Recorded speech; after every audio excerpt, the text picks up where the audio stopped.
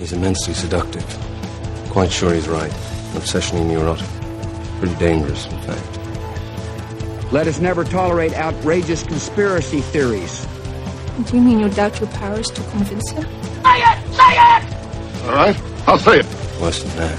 What I'm afraid of is his power to convince me.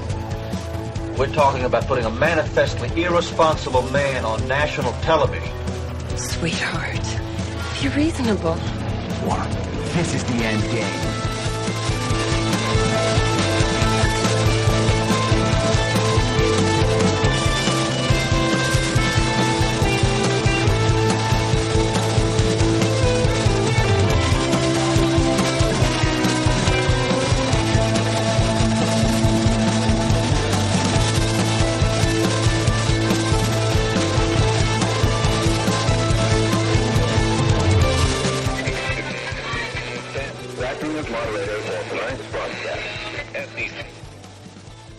All right, everybody. It is Wednesday, June 18th, 2025, the 150th day of the Golden Age.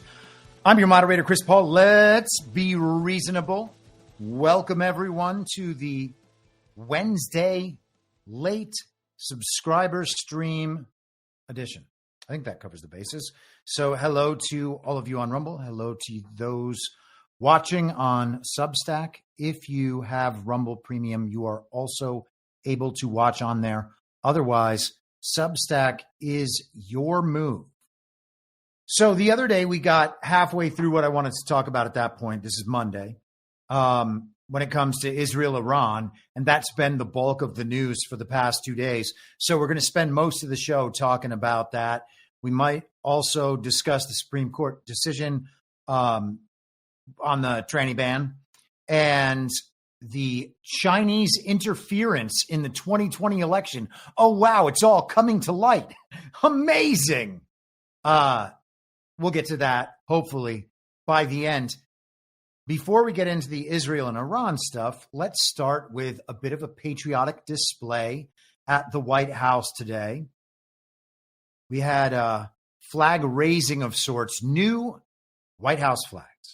And Donald Trump announced this last night on Truth Social. He said, "It is my great honor to announce that I will be putting up two beautiful flagpoles on both sides of the White House, north and south lawns. It is a gift from me of something which was always missing from this magnificent place. The digging and the placement of the poles will begin at 7:30 a.m. Eastern tomorrow morning. Flags will be raised at approximately 11 a.m. Eastern. These are the most magnificent poles made. They are tall, tapered, rust-proof, rope inside the pole, and of the highest quality. Hopefully, they will proudly stand at both sides of the White House for many years to come." Yes, indeed, for many years to come. And let's take a look at those flagpoles today. This is from Margot Martin on the Trump social media team over on X, formerly Twitter. There you have it. It's climbing all the way to the top.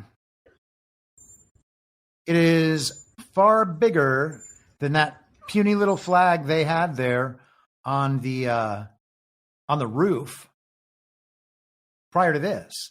Like, you could barely see it from any distance. This is a proper American flag flying over the White House. There's a video that Trump posted on Truth Social. We'll take a quick look at that one as well.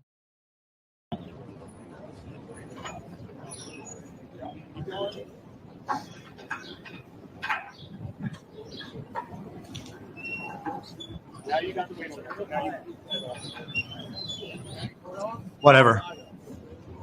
There we go.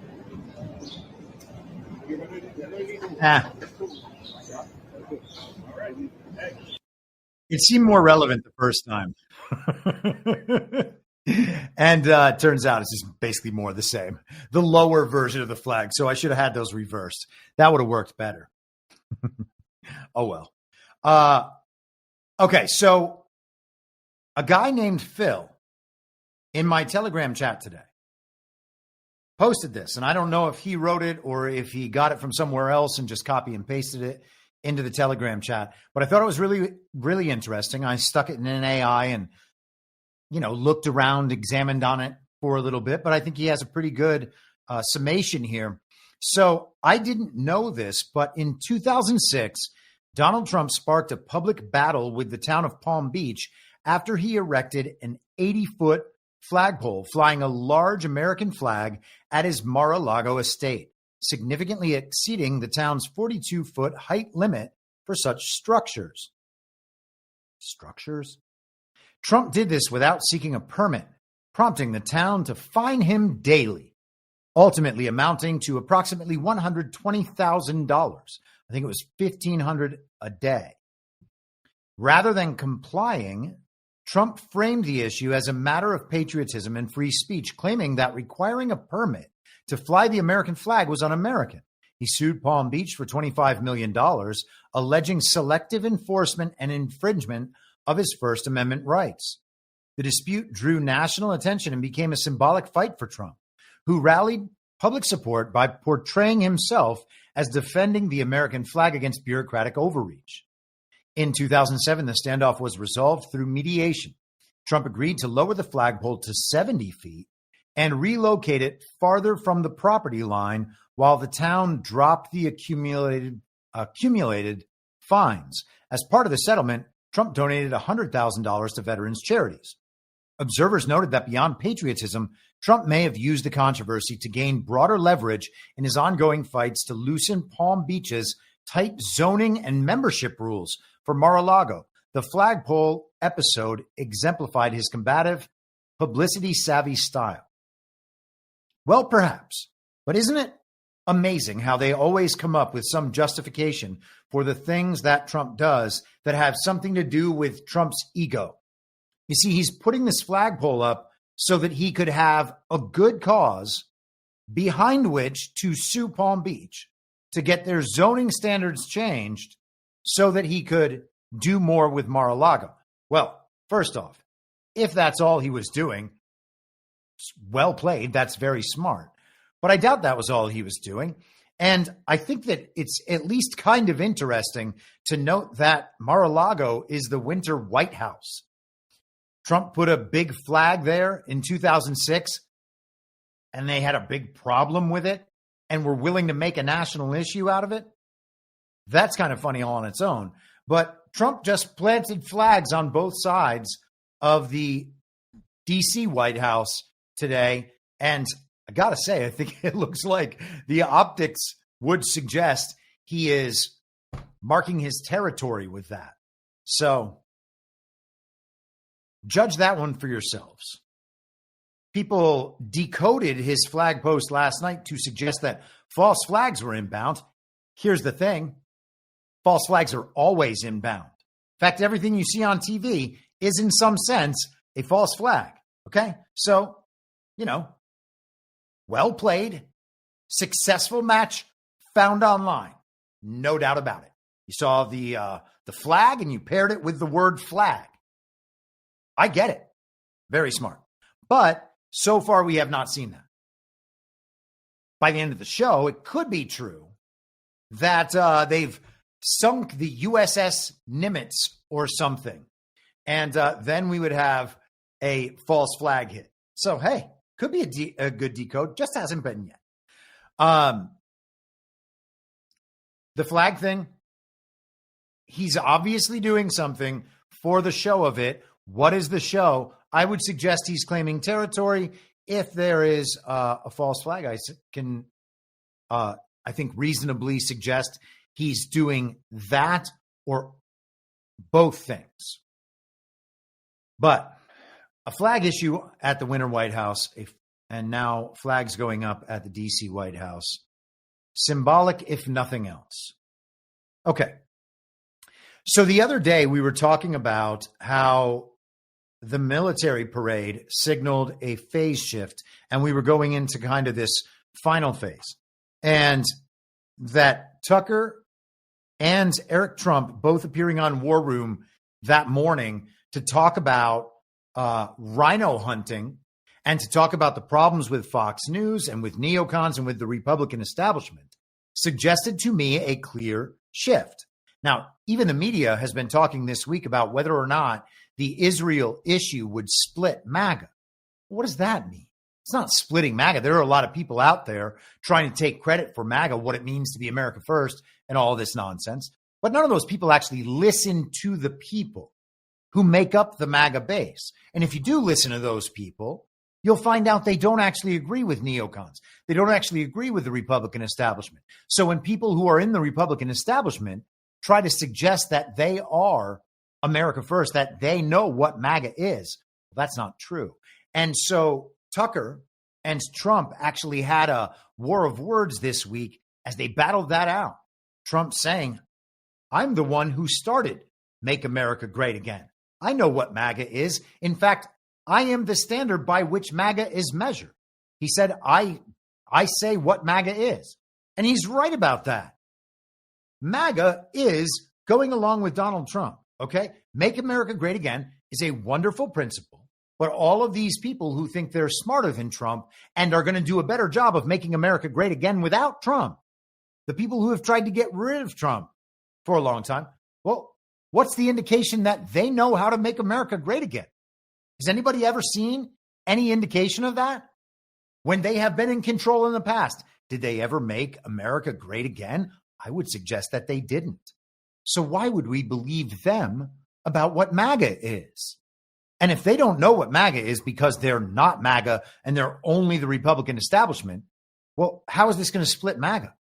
Sure, those people who are aligned with MAGA, but really totally enthralled to the uniparty and supporters of the Republican establishment, ultimately, they're happy that Trump's here now because he makes the libs mad. He owns the libs. He fills up their cups of liberal tears. They're going to go right back to a Republican establishment character once they have ridden Trump out, and they will expect to be in power again. So that part of MAGA can go side with the Republican establishment if they want. It's probably better if they do, so that we at least understand people's true colors a little better. We've been talking about rhino hunting on this show for 3 years now. And now it's coming in to the public spotlight. And what we're seeing with this Israel thing, talk about saving Israel for last.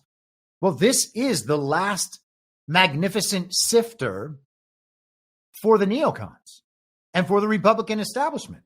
We're seeing what the divide is and which side people are going to take. Okay, there are some people who will say nice things about Israel and say, we can't join this war. And they're not all the way there, but at least they're on the right side of things. Then you have the people who are just 100% Israel. Let's go in. Trump's going to go in. That's what he's saying when he says Iran can't have a nuke. No, it's not. So the split is not going to be MAGA splitting unless you want to talk about a little chunk of it going off with the Republican establishment. But when we see how small that chunk is, and then we notice who's actually in the Republican establishment, that's just the end of the Republican Party, okay? Then it's only MAGA at that point. That's what the sifter is for. We've been talking about sifters for years. That's my term. I coined that, okay? The reason is because Trump is just constantly pouring the base into the sifter and winding the thing and seeing what falls out, okay? That, and, sifters, you're supposed to do that so that everything gets mixed together. But the point here is that people are sifting themselves out of the movement. And so I think we're going to keep seeing that. And the Republican establishment at that point will be toast. So Eric Trump and Tucker went on Bannon. Later that day, Trump went on Tucker. And since then, Ted Cruz has gone on Tucker. And we are seeing these divides becoming very cleanly identifiable, okay? And so let's start with this. Couple of videos, clips from War Room and the Tucker interview of Steve Bannon. Let me make sure here we are. Let's start here. Is not hold its own people accountable on the most basic level. level. Say the right. The Republican Party is controlled opposition. Okay, because they've never really put a fight. Let's go back to the three central tenets of Trumpism. Immigration, border and sovereignty, trade, and ending forever wars. The official apparatus of the Republican Party hates all three of those and doesn't agree with any of them. That's still true. It's 100%. This is look what. So those are the pillars. The Republican Party is controlled opposition. He didn't mince words. He didn't make any bones about it. The Republican Party is controlled opposition. Controlled opposition means a uniparty. There's no difference between Republicans and Democrats. So if people out there are talking about Republicans and Democrats, ignore their analysis. It's worthless. Okay, we don't need to hear about the left. We don't need to hear about Democrats. They're all Marxists. They're all statists. They're all collectivists. They're all globalists. That's all it is. All right. They're all the left. So to hear them talk about the left, to talk about Democrats, to talk about Marxists, to take their side on those things, you can say, okay, well, they're making a correct point about these Marxists. The only problem is they're also Marxists and they're trying to identify as not Marxists. That's what they're doing when they go after those people. Okay. When Daily Weimar does their 24/7 trans coverage, who has the wee-wees and who has the hoo-has, they are playing into the controlled opposition dynamic. They are identifying themselves as the better of these two options, but they are still very much the same option. Okay. And so the point is, you can't do controlled opposition without an ostensible opposition, a professed public opposition. That's the entire thing. It's opposition publicly, complicity behind the scenes. And that's exactly what we see. Now, to be MAGA, you have to support all three of those things. And let's just pull Bannon up one more time. Is not hold its own people accountable on the most basic level. Say the right. The Republican Party is controlled opposition. Okay, because they've never really put a fight. Let's go back to the three central tenets of Trumpism. Immigration, border and sovereignty, trade, and ending forever wars. Trade, ending forever wars, and the border / sovereignty. They hate all those things. MAGA is all those things and other things as well. I would say election integrity is one of those. The same sort of issue that divides the Republican establishment from MAGA. And Steve Bannon has put down the other three. And we could probably think of some more from there as well. But you should have, if you are MAGA, you should be supporting the president on all three of those things, or be aligned with the president's, what he campaigned on for all of those things. He restated his commitment to ending the forever wars and ending the globalists and neocons in the Middle East 3 weeks ago, while they treated him like a king. And those are his same partners for all of these negotiations in the Middle East. Okay. So everybody involved in the situation knows that is Trump's commitment, except for the Republican establishment, which is why Trump keeps yo-yoing them back and forth all week. Oh, I'm going to have a national security meeting and I'm about to go strike Iran. Trump about to strike Iran. And it goes out every day. And they're like, Trump's about to strike Iran. There's going to be a statement from Trump tonight about striking Iran. And they get rug pulled and they get rug pulled and they get rug pulled. And by the way, I'm not saying that there will not be a story about Trump striking Iran. There could entirely be a story about Trump striking Iran, and it will be a story. That's all it will be. But I still doubt that we're even going to get that far. Who knows? Maybe we need to hear that the Fordo nuclear facility has been blown up. It's like Top Gun Maverick, except boring and more fictional. Unbelievable, this stuff.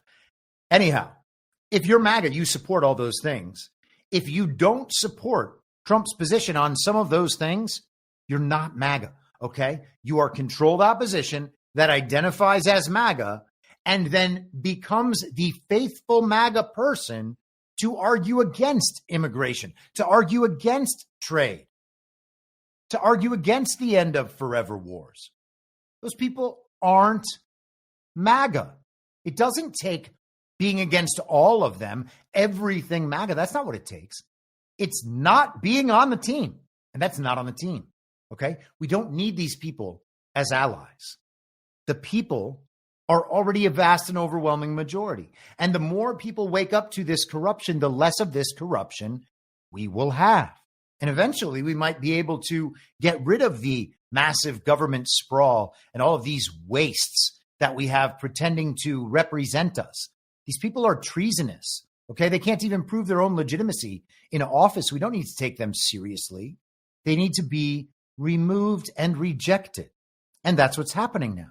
One might suggest that's the purpose of all this. And of course, it is the purpose of all this. Eric Trump stated it the other day. Donald Trump is the greatest rhino hunter in the history of the world. And he's been doing it quite well for 3 years. And we've tracked it on this show, okay? I've pointed out rhinos to everybody for this entire time. And people might think that I've overshot that at certain times, maybe on Tucker Carlson, for instance, okay? I've said for a few years, Tucker's not telling the truth. He's saying he's telling the truth. He's saying all these things about himself that sound really good. He's always describing himself for us as a truth teller, but we can also see that sometimes he doesn't tell the truth. And he didn't go hard after election fraud, and that has always been my standard. If that standard is too stringent and Tucker has been just running this slow white hat operation the entire time, then wonderful. Tucker's a nice guy. He's a charming guy. He's a talented TV figure. It would be nice if he was fully on our side. Just don't know that he is. So it's worth expressing doubts. I don't know these people's hearts. I don't know them. They're strangers. Okay. Let's continue with Bannon. This is actually from this morning on War Room.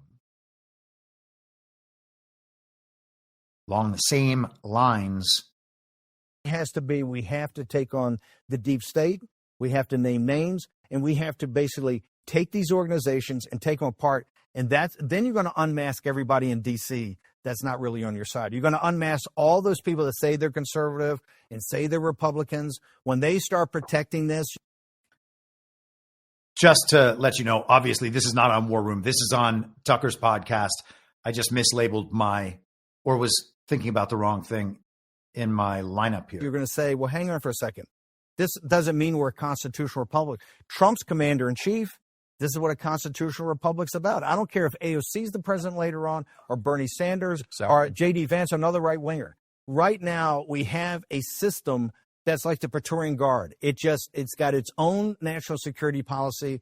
It's got its own reason for existence, and it doesn't care whether it's progressive like Barack Obama or a economic populist nationalist like Donald Trump. And so that is the fight we have to take on today. So unmasking all of these people in D.C. Again, that's rhino hunting. That's what he's talking about. Unmasking all these people. Oh, look, Ted Cruz is not this rock-ribbed conservative from Texas. Ted Cruz is just some corrupt politician who serves the interests of Israel and tries to cover it with his claims toward Christianity and patriotism somehow. Let us continue. This is from actually right before that last clip in the Bannon interview on Tucker Carlson. Mountainous. Second part of this, we need American combat sorties. We need American tankers to refuel us. We need the bunker-busting bombs, and we need assets. This thing changes all the time. When Tulsi Gabbard's still out there, as the last thing publicly said by a senior intelligence official, she said it in March. They don't have a program. They haven't had a program. And Bret Baier asked, that's what Bret Baier asked Bibi on Sunday night. And Bibi said, well, we have new information, new intelligence. Well, hold it. We were told that we gave you exquisite intelligence. You weren't giving us intelligence. Exactly. We have to have a total vetting. And by the way, we need to get a vetting on Ukraine. We need to get a vetting on, was American intelligence involved? Because it's a zero probability that without our satellites, without targeting information, without fire control information, there's no chance that the Ukrainians, as courageous as they are, as much valor as they have, could have pulled out something so complicated. And so this is right now the fight. All right. So he talks about this extreme vetting. We need a vetting of the Ukraine situation. We need a vetting of what's going on here in Israel. And he talks about Tulsi Gabbard in her testimony before the Congress a couple of months back, 3 months back, about the presence of an Iranian nuclear program. And here is the clip that went viral the other day. The IC continues to assess that Iran is not building a nuclear weapon, and Supreme Leader Khamenei has not authorized the nuclear weapons program that he suspended in 2003. The IC continues to monitor closely if Tehran decides to reauthorize its nuclear weapons program. So the intelligence community assesses that Iran does not have a nuclear weapons program and may not have had a nuclear weapons program since at least 2003. That's an awfully long time. That's a big difference between that and what we're hearing from Israel, which is they're about to get a bomb any day. It's been 5-6 days almost since the initial strike, and they haven't got the nuke yet. They haven't gotten the magical bomb. They haven't sent it over to destroy all of Israel because they hate the Jews. It's right around the corner. Trust me. So the problem here is, and I understand that this clip has a larger context in her testimony, and what's most clear and most important is that this isn't Tulsi saying, my opinion as Tulsi Gabbard is that Iran has no nuclear program. Okay, so first of all, we have to understand that she is just relaying the intelligence assessment as given to her, right? And maybe there's motivations on both sides to lie in an intelligence assessment about the presence of an Iranian nuclear program. But again, if nukes are fake, then there's no question whatsoever Iran doesn't have a nuclear weapons program. That would have to be true if nukes are fake. And you have to continue, just hold that possibility. If it's not convincing enough to you, I get it. But just think about what all of this stuff means if it so happens that nukes are fake, and they're fake. Okay? The meaning of these sorts of phrases becomes entirely different. And Trump said this on the plane the other night about Tulsi in response to this. You don't believe Iran should be able to have a nuclear weapon, but how close do you personally think that they were to getting one? Because Tulsi Gabbard testified in March that the intelligence community said Iran wasn't building a nuclear weapon. I don't care what she said. I think they were very close to having one. I don't care what she said. I think they were very close to having one. So where is the intelligence assessment coming from? And of course, it's coming from Israel. Israel says that Iran is close to having a magical bomb. That's what we're dealing with. We're not dealing with Iran is about to get a nuke. Okay? That is a statement of fact, or, a false statement of fact about the world as it exists now. Okay? That's not the statement. It's Israel says Iran is about to get a magic bomb. Not Iran is about to get a magic bomb. Israel says Iran is about to get a magic bomb. So I would suggest that much like he did in 2020 with COVID, he told everybody it's a hoax. People didn't want to believe that he's a hoax. They called him a science denier. And then he just had to go along with it. Because what are you going to do? If people aren't going to believe you, and you're saying that you're telling the truth to the American public is actually totally damaging and crippling to your cause of getting people to understand the truth, well, then you just accept one of the stories as maybe true for a little while. Just give it a shrug, say something that's the opposite, then we'll say this, and then we'll say the opposite, and then we'll say this, and then we'll say the opposite. And people will be like, hey, some of these things he's saying don't sound true. And everyone will move in the appropriate direction.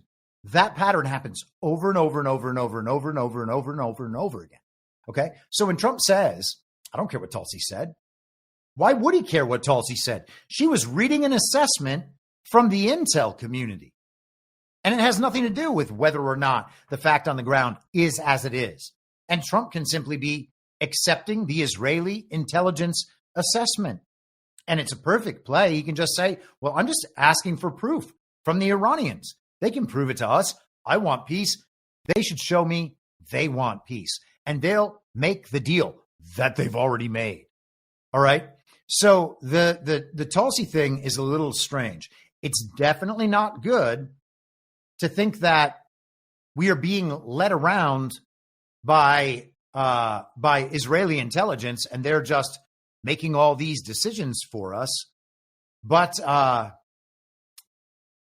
don't know. I don't think that you can accept the surface interpretation as I just laid out. I think the surface interpretation is wrong. I don't think that Trump actually believes that Iran is about to develop the magical bomb and then send it over to Israel.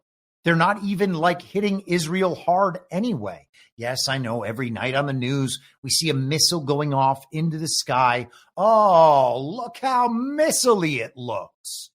This little light tracing across a screen. Very missile-y. Let's pause for a second. Checking on things over on Rumble. Checking on things over on Substack. Hope everybody's doing okay out there. All right. Let us continue. Where are we? Where are we indeed? All right. So a couple more things, and then I want to get into the Ted Cruz interview. And let's go here to the White House Twitter page from yesterday. Maybe I should have put this right after the flagpole patriotism, but, you know, c'est la vie, you live and you learn.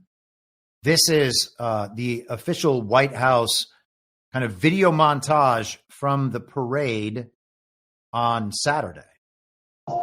As many as 200,000 people expected in Washington, D.C. to celebrate the 215th anniversary of the U.S. Army at the National Mall Center stage for a festival flyover and historic military parade. Hey!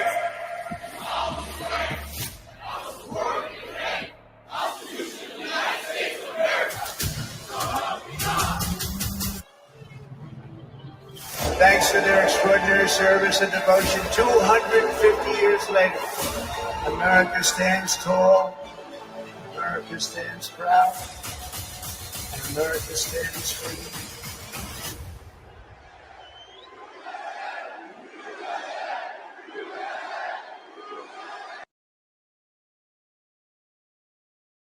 That's a pretty spectacular piece of political advertising. And it wouldn't be wrong to call it propaganda, but it's very good propaganda. And it's very American and very patriotic propaganda, it seems to me. I'm open to that being wrong and willing to be proven wrong at some point in the future. But that's what it says to me right now. Let's keep going, getting into the parts of the regime that want war. And let's go to from the left side of the uniparty divide, still globalist, still establishment, still collectivist, still statist, still groveling, ultimately Marxist, because it's all the same thing. This is Barry Weiss from Mark Andreessen's The Free Press. Dexter, tell us what exists at Fordo and why this has become the locus of all of the discussion about the war. Well, Fordo is a giant enrichment plant.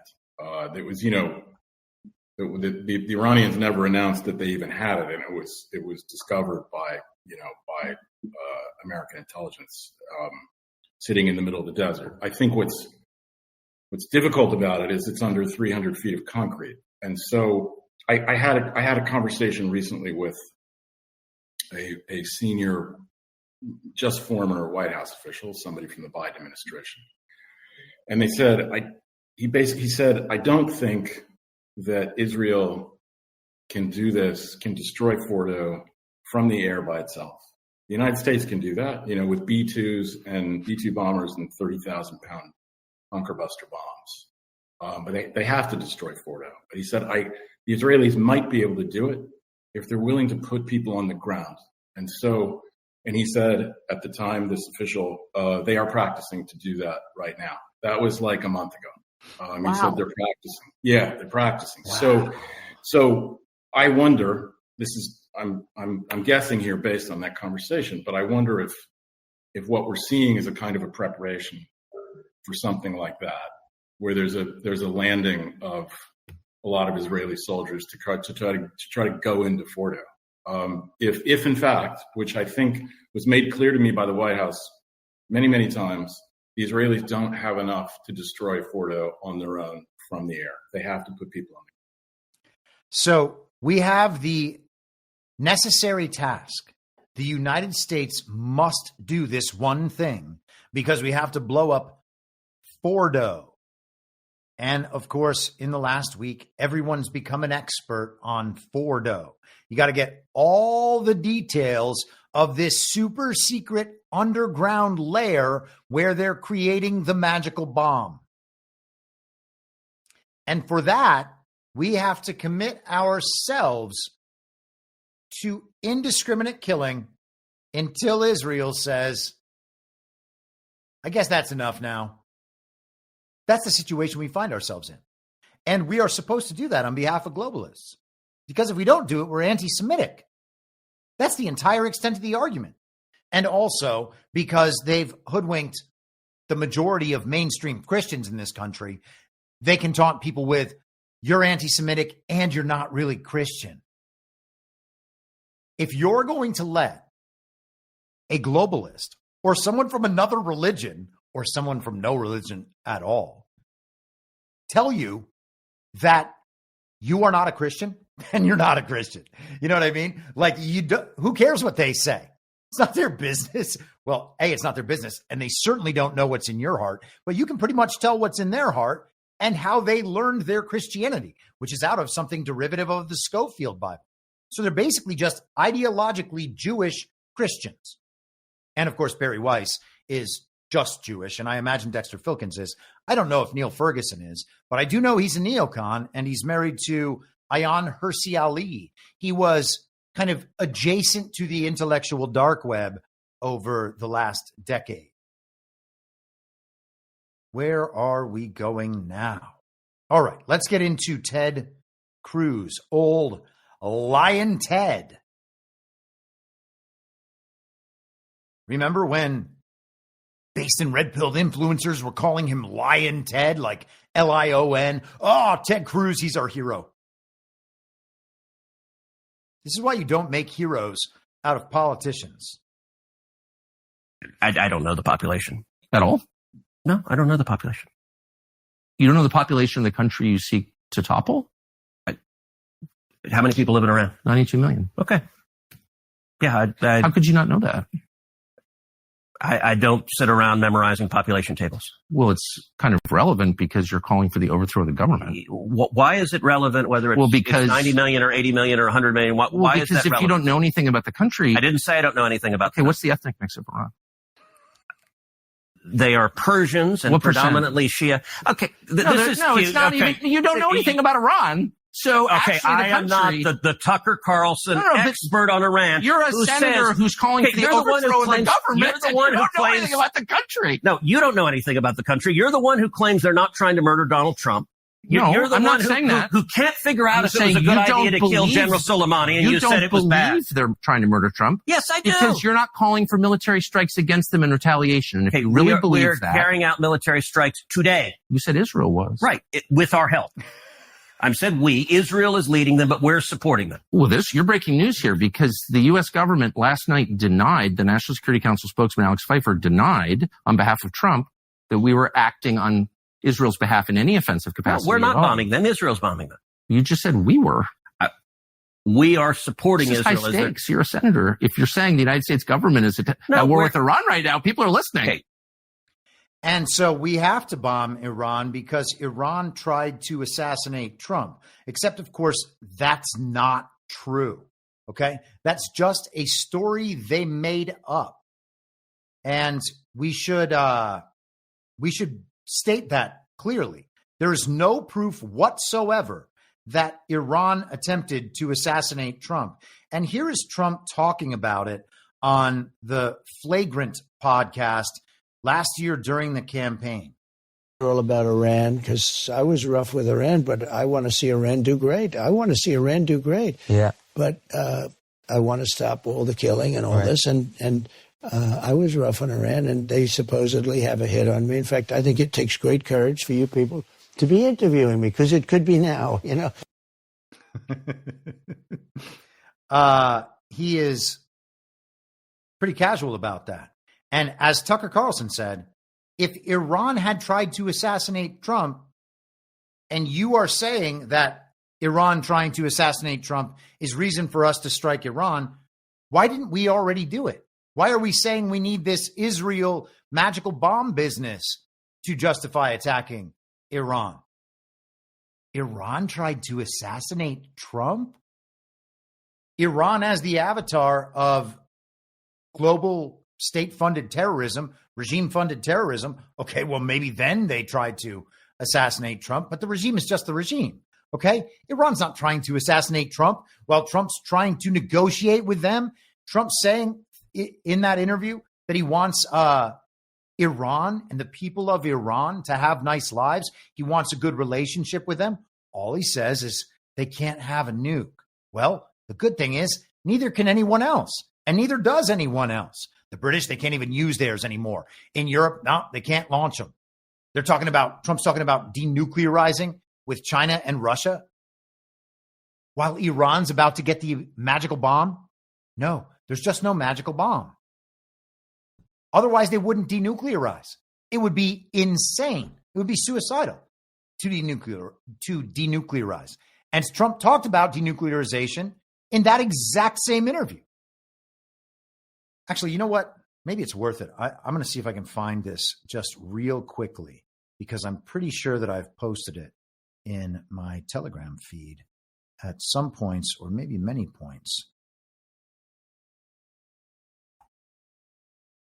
It's a very key clip here. I know how to find it. Here we are. No. Damn it! This is the worst hold for processing ever. I've had some pretty okay holds for processing. This is not one of them. It will just take me one more second, and then we will be there.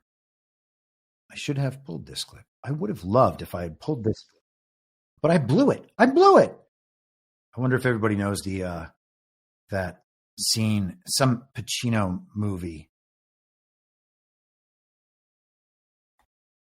Hold on one moment. We're almost there. Okay, great.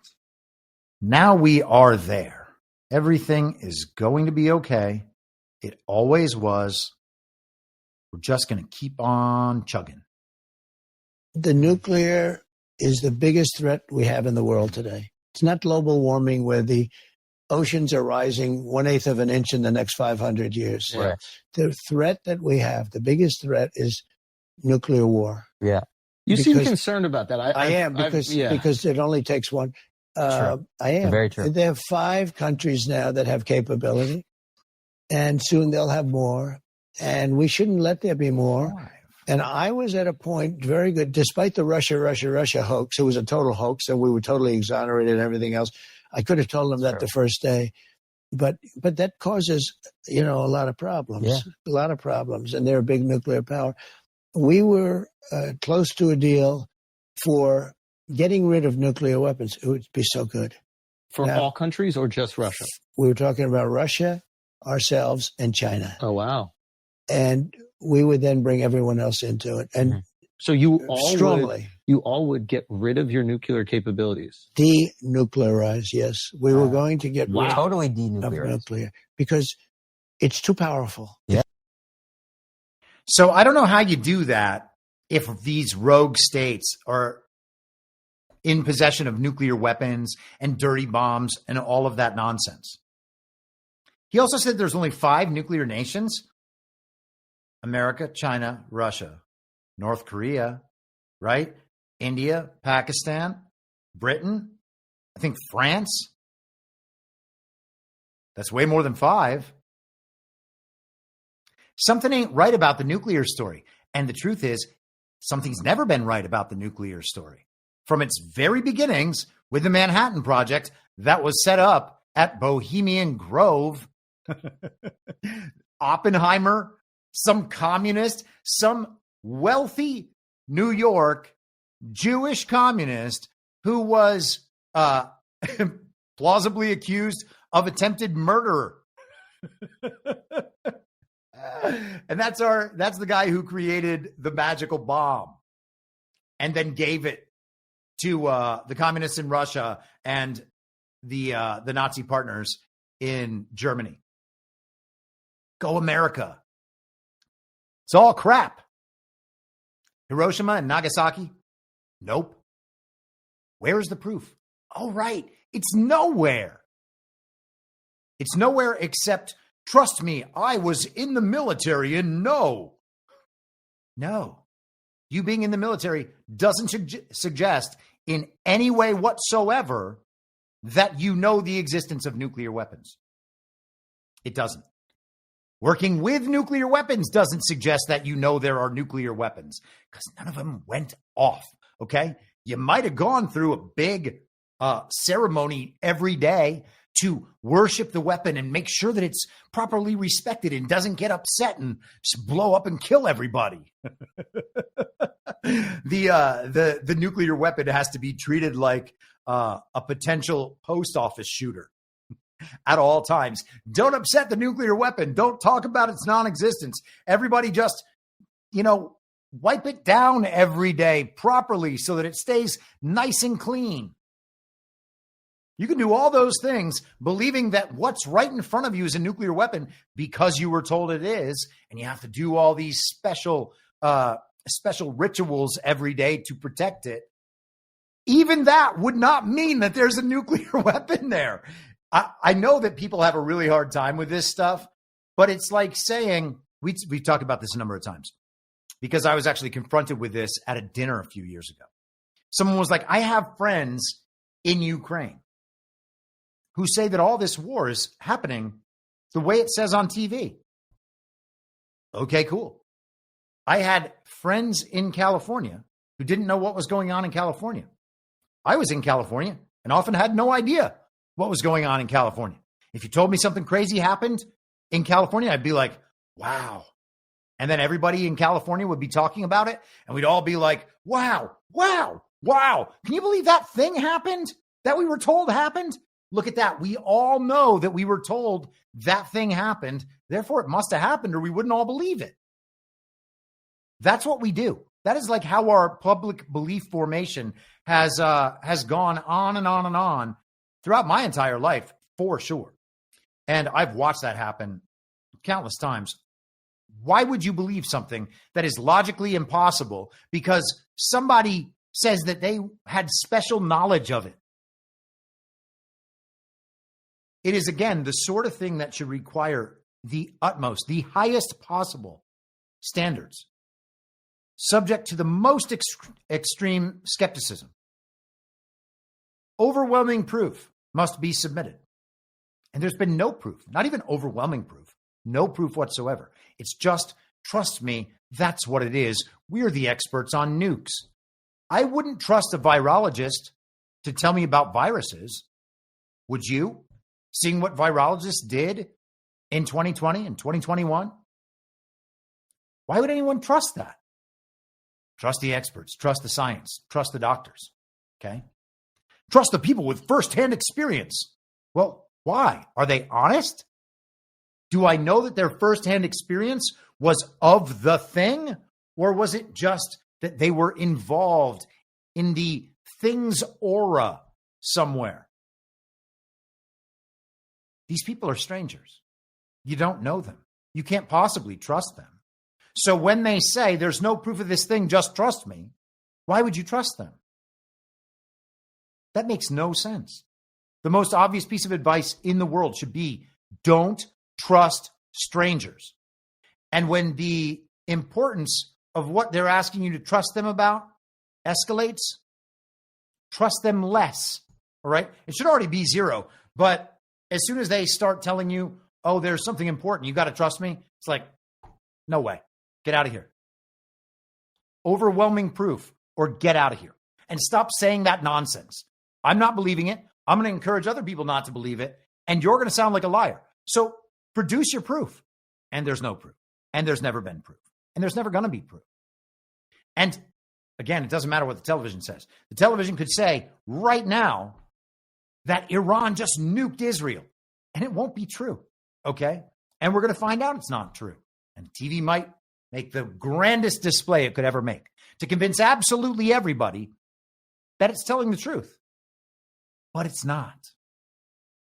And you know what? I was going to discuss this at some point later in the show, but I think maybe this will be just fine, assuming I can find it quickly.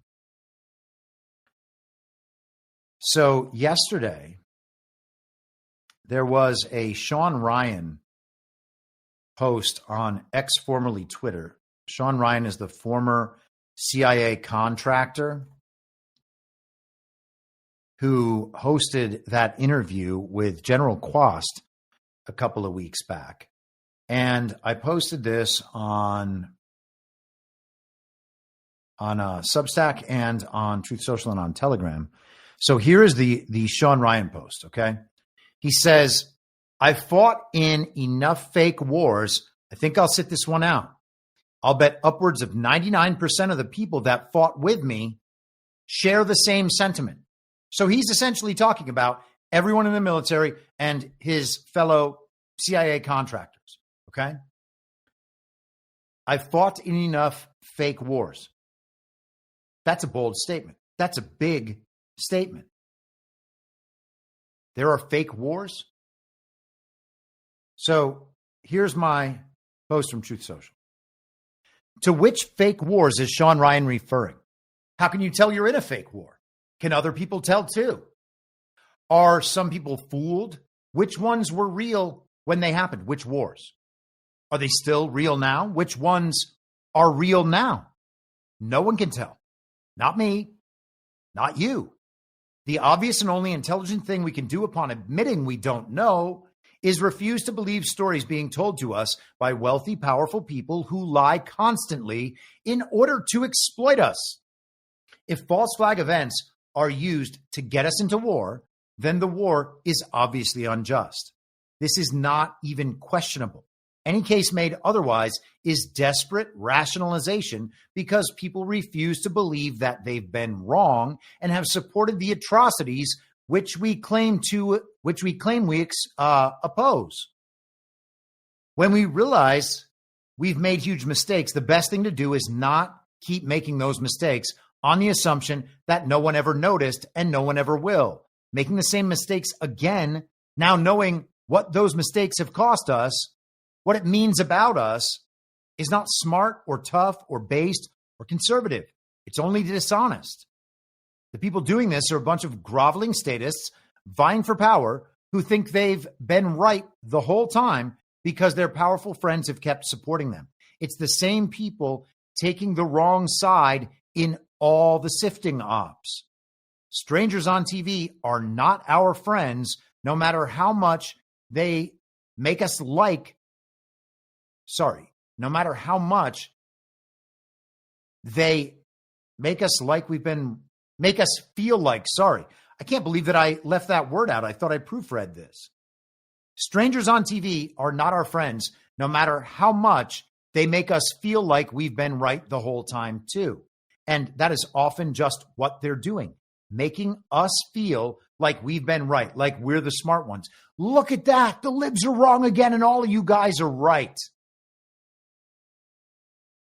If you believe Fox News when they tell you you're right, even though you know that they're trying to hoodwink you, something's not working upstairs. Let's keep going with this. It's time to dispel the notion that the TV would not lie to us about the most important things. Of course, they lie to us about the important things. All the other lies exist to support the lies about the important things. Of course, they lie us into wars. And of course, they do everything in their power to convince us their lies are true. We aren't smart when we fall for the latest hoodwinking faster than everyone else does. That's the opposite of what smart is. We are granting the most evil people in the world moral license to kill indiscriminately. We're doing it because we're told someone we're forced to believe is our friend, but isn't, is going to get beat up unless we go kill on their behalf. It's madness, and it's spectacularly retarded. Okay? Of course they're lying to us. Of course they're lying to get us into war. It doesn't matter that it's the most important thing. It doesn't matter that it's going to start World War III, even though that's already started. And war against the global evil twin never ends, okay? There is no beginning and end. It's just that machine that has always been chugging along for the last however many thousand years. 2,000? 6,000? Hard to tell. Hard to know. But they are not intending to tell you the truth, and they are not just telling you the truth this time. Oh, they would never lie about that. If you think, oh, they would never lie about that, you have made an enormous mistake. Yeah, I can't even believe that people are there at this point. Let's keep going with Tucker and Ted Cruz. And here Ted Cruz goes after Tucker's supposed foreign policy.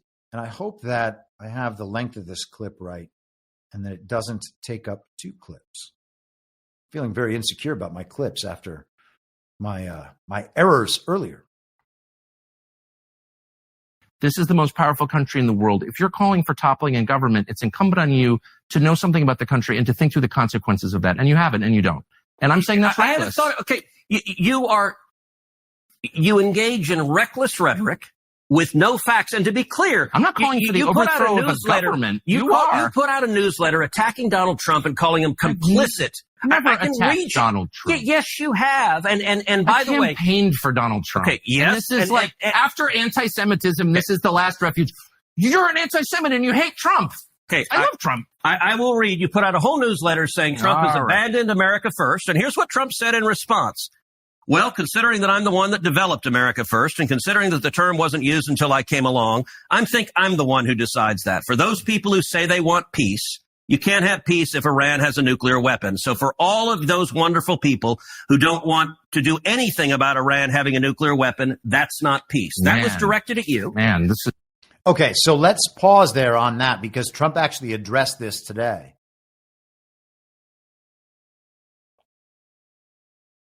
Have you seen the Tucker Carlson and Senator Ted Cruz interview? It seems like this issue on whether or not the United States should strike is kind of dividing a lot of your supporters.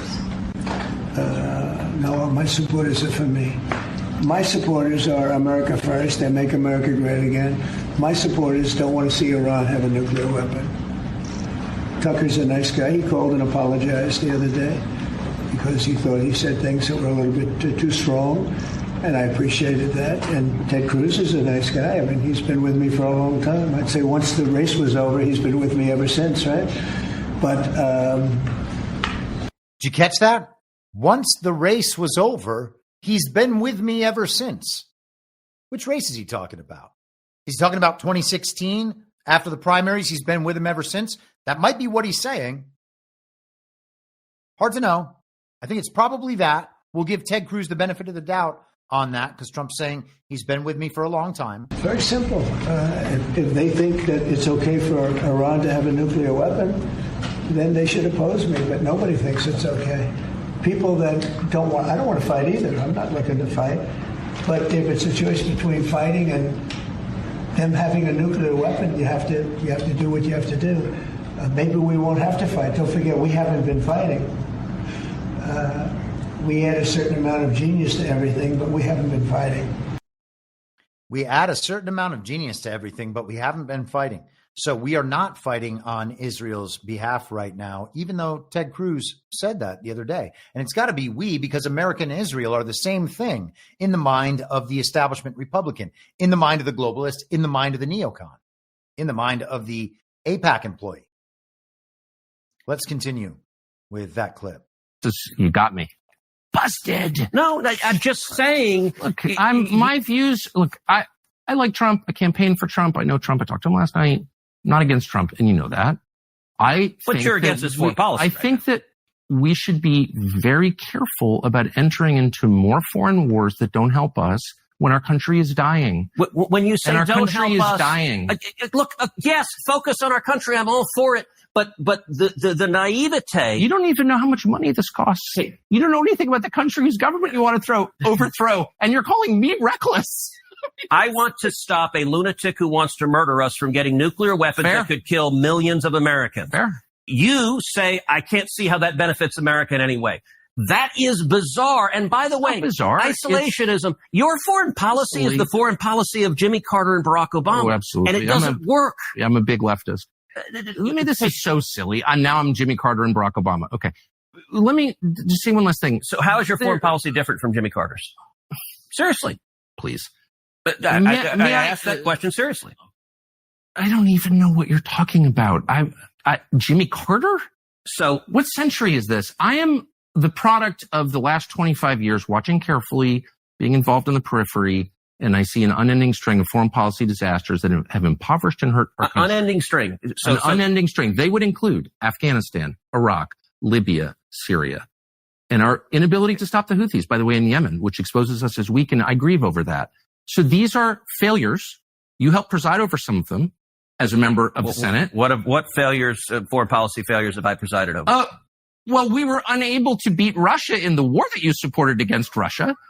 You've been spending the last 3 years telling us that Vladimir Putin is evil and we're going to beat him with other people's children, and 1 million of those kids are now dead. You've never apologized for that. That was a full failure. By the way, look, the level of number of falsehoods you lay out just in one statement are rather. You haven't supported the war against Russia? Are rather stunning. So the war against Russia was caused, which I have explained at great detail, by Joe Biden's weakness. But you supported the war. If you want to talk, we can talk Russia and Ukraine. I'm happy to talk about it. Do you think that's been a success? No, it's been an absolute disaster. Okay, but you supported it. Shouldn't you apologize? No, you should apologize. I'm not going to engage in the demanding of apologizing. So I'm like, that's my point. Is all these failures and no one ever says I'm sorry. Matter, or do you just throw out if you want to talk, we can talk. Okay, I do. I want to know why that seems like a true disaster for the United States. Ted Cruz is broken. I don't know how Ted Cruz goes on to have a political career after this interview, to be perfectly honest. I mean, maybe he's just joking around. I think you could suggest that Trump and Tucker were probably doing their back and forth. There might be a little kayfabe in there. And you saw people get really angry at Tucker, which brought Tucker right to the forefront for the entire week. And he stayed there the entire week. Trump blew him up, that little argument. Oh, look, we're on Trump's side, says all the neocons. Sean Hannity actually did cleanup duty for Ted Cruz last night, having him on the show so that Ted Cruz can look based and red-pilled before the Fox News audience after getting embarrassed in front of the entire internet. Ted Cruz is broken. You're going to have to replace him. Hey, Texas, get a new senator. All right. Well, now you need two because they got John Cornyn contesting Ken Paxton. Hopefully that'll go a better direction. But Ted Cruz is toast, and it only gets worse from there, which is crazy. It can't possibly get worse, but it does get worse. Growing up in Sunday school, I was taught from the Bible, those who bless Israel will be blessed, and those who curse Israel will be cursed. And from my perspective, I want to be on the blessing side of things. Of those who... Wait a second. Is that what you have to guide your life by? That specific phrase right there. You have to guide your life By that, you have to make foreign policy decisions? By that? Are you sure you got taught the right thing in Sunday school? Bless the government of Israel? Those who bless Israel is what it says. It doesn't say the government of it, says the nation of Israel. So that's in the Bible. As a Christian, I believe that. Where is that? I can find it to you. I don't have the scripture off the tip of my. You pull out the phone and use the. It's in Genesis, but so you're quoting a Bible phrase. You don't have context for it, and you don't know where in the Bible it is, but that's like your theology. I'm confused. What does that even mean, Tucker? I'm a Christian. I want to know what you're talking about. Okay. Where does my support for Israel come from? Number one, because biblically we're commanded to support Israel. But number two, hold on. Hold on. You're a senator, and now you're throwing out theology, and I am a Christian, and I am allowed to weigh in on this. We are commanded as Christians to support the government of Israel? We are commanded to support Israel. And what does that mean, Israel? We're told those who bless Israel will be blessed. But hold on, define Israel. I think that he's talking about Genesis chapter 12, verse 3, that says, I will bless those who bless you, and whoever curses you, I will curse. And all peoples on earth will be blessed through you. And I guess that is meant to be Israel and not Abraham somehow, even though he's saying it to Abraham.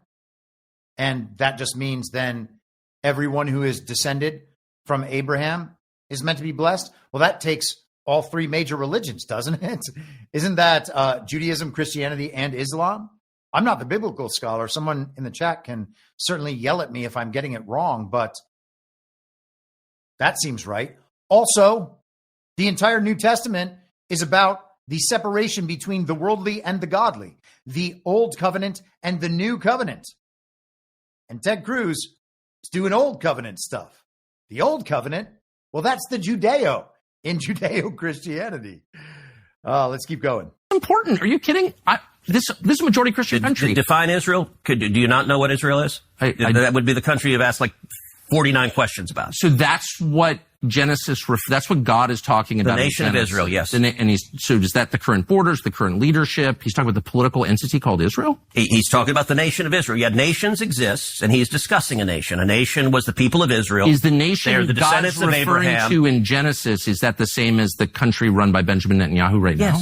Yes. It is. Okay. And by the way, it's not run by Benjamin Netanyahu as a dictator. It's a democratic country that elected. He's the prime minister. Right. What? But just like, America is the country run by Donald Trump. No, actually, the American people elected Donald Trump. The same principle This is silly. I'm talking about the political entity of modern Israel. Yes, and that is You believe Israel. That's what God was talking about in Genesis. I do, but that country's existed since when?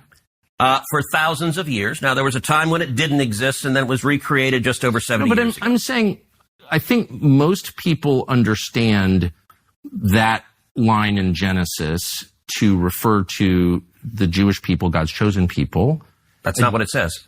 Okay, Israel, but you don't even know where in the Bible it is.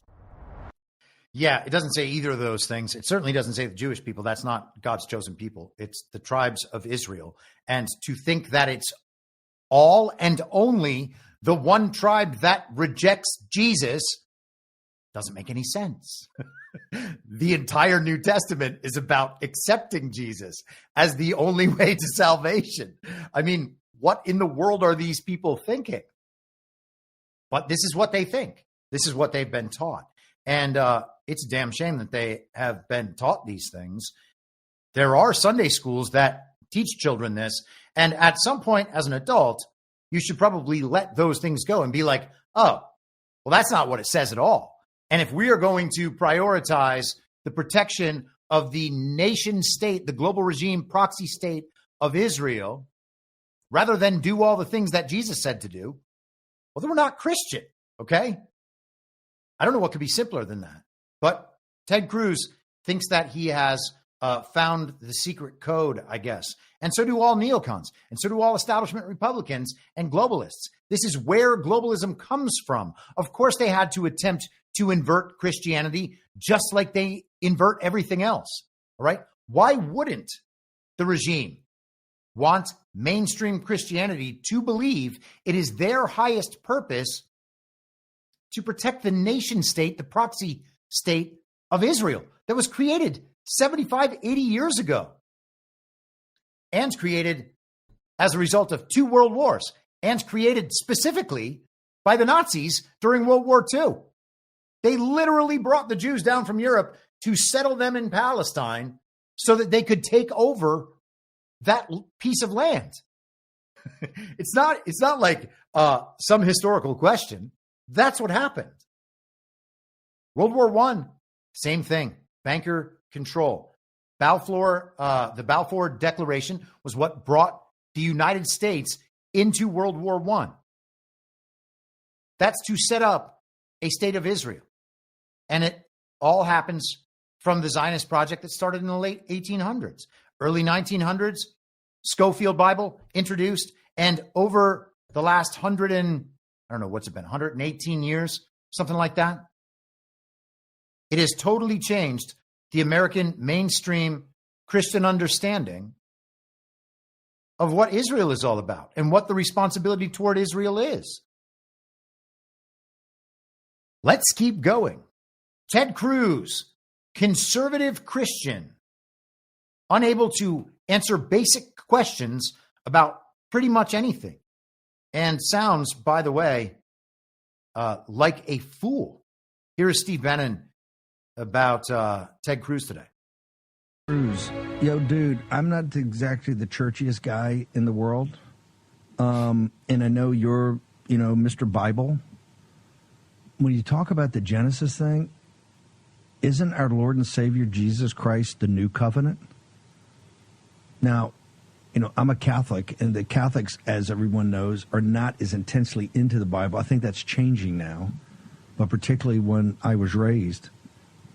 But in the Mass, the Catholic Mass, at the most solemn part, the new and everlasting covenant. This whole thing, it was one of the most bizarre things I've ever heard in my life. A grown man that professes to be a Christian. The New Testament is obviously very important. It's one of the foundational elements. But the New Testament's called the New Testament for a reason. Jesus Christ, our Lord and Savior, is the new covenant. A new covenant was made. And is that the reason for Israel? Look, we're one of the biggest defenders. I think we're one of the biggest defenders of Israel and the nation of Israel around. But this can't go on. It can't. It's not helping Israel. He's part of the thing there. The guy, promotes himself inside of Israel as a manipulator of American presidents, a manipulator of the American political process. That's got to stop now. Has to stop. For the good of Israel, it has to stop. So how about that? Steve Bannon has called himself a Christian Zionist for the last few years, which is a narrative shield against the claims that he is anti-Jewish, anti-Semitic, anti-Israel. Everybody in his audience knows that Steve Bannon believes the nation state of Israel, as it exists now, should be allowed to continue existing. And it seems like that's probably what's going to happen in the future. There will be a two-state solution of some kind, and it's not going to be the greater Israel takeover of that part of the Middle East, okay? But there's probably going to remain an Israeli state of some kind, and we shall see if that's true or not. It's possible that there will be none.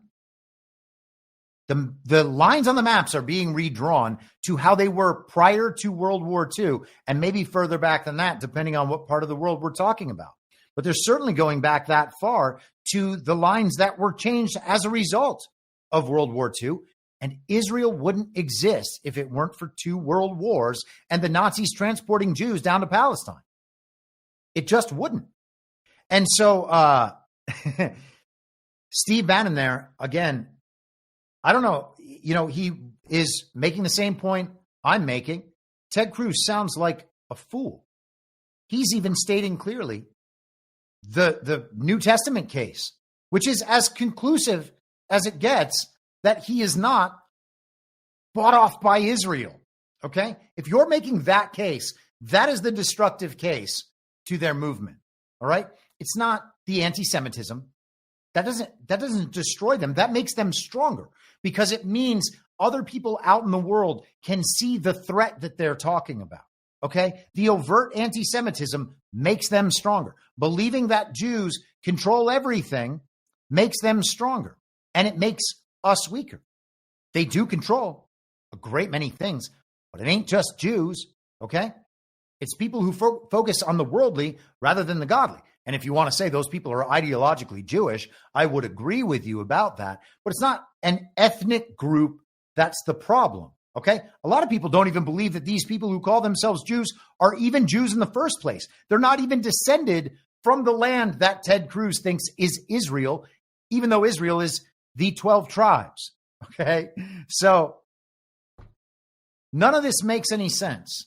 And all of it has just been taken for granted by the Republican establishment for so long because mainstream American Christianity won't stand up and say, hey, that's not true, except in, the small numbers that form the tightest portion of the Trump MAGA base.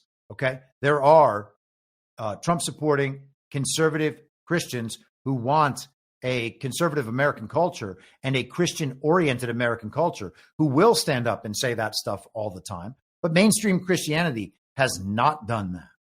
And I am pretty happy. And I think that probably many of you are pretty happy that this is finally coming out in public and being discussed in public, and that these issues are going to be settled in the right direction. It seems like that's where we're going. One more clip from Tucker and Ted Cruz. Every one of these is more damning than the last. Never taken money from the Israel lobby, have you?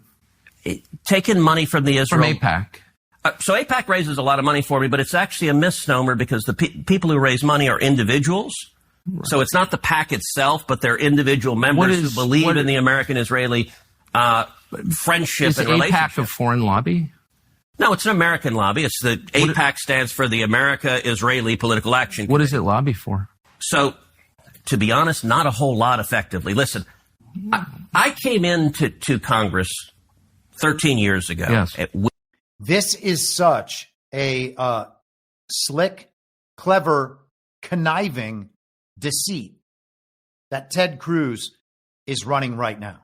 He's saying it's not AIPAC giving this money to politicians. It's individuals who give money.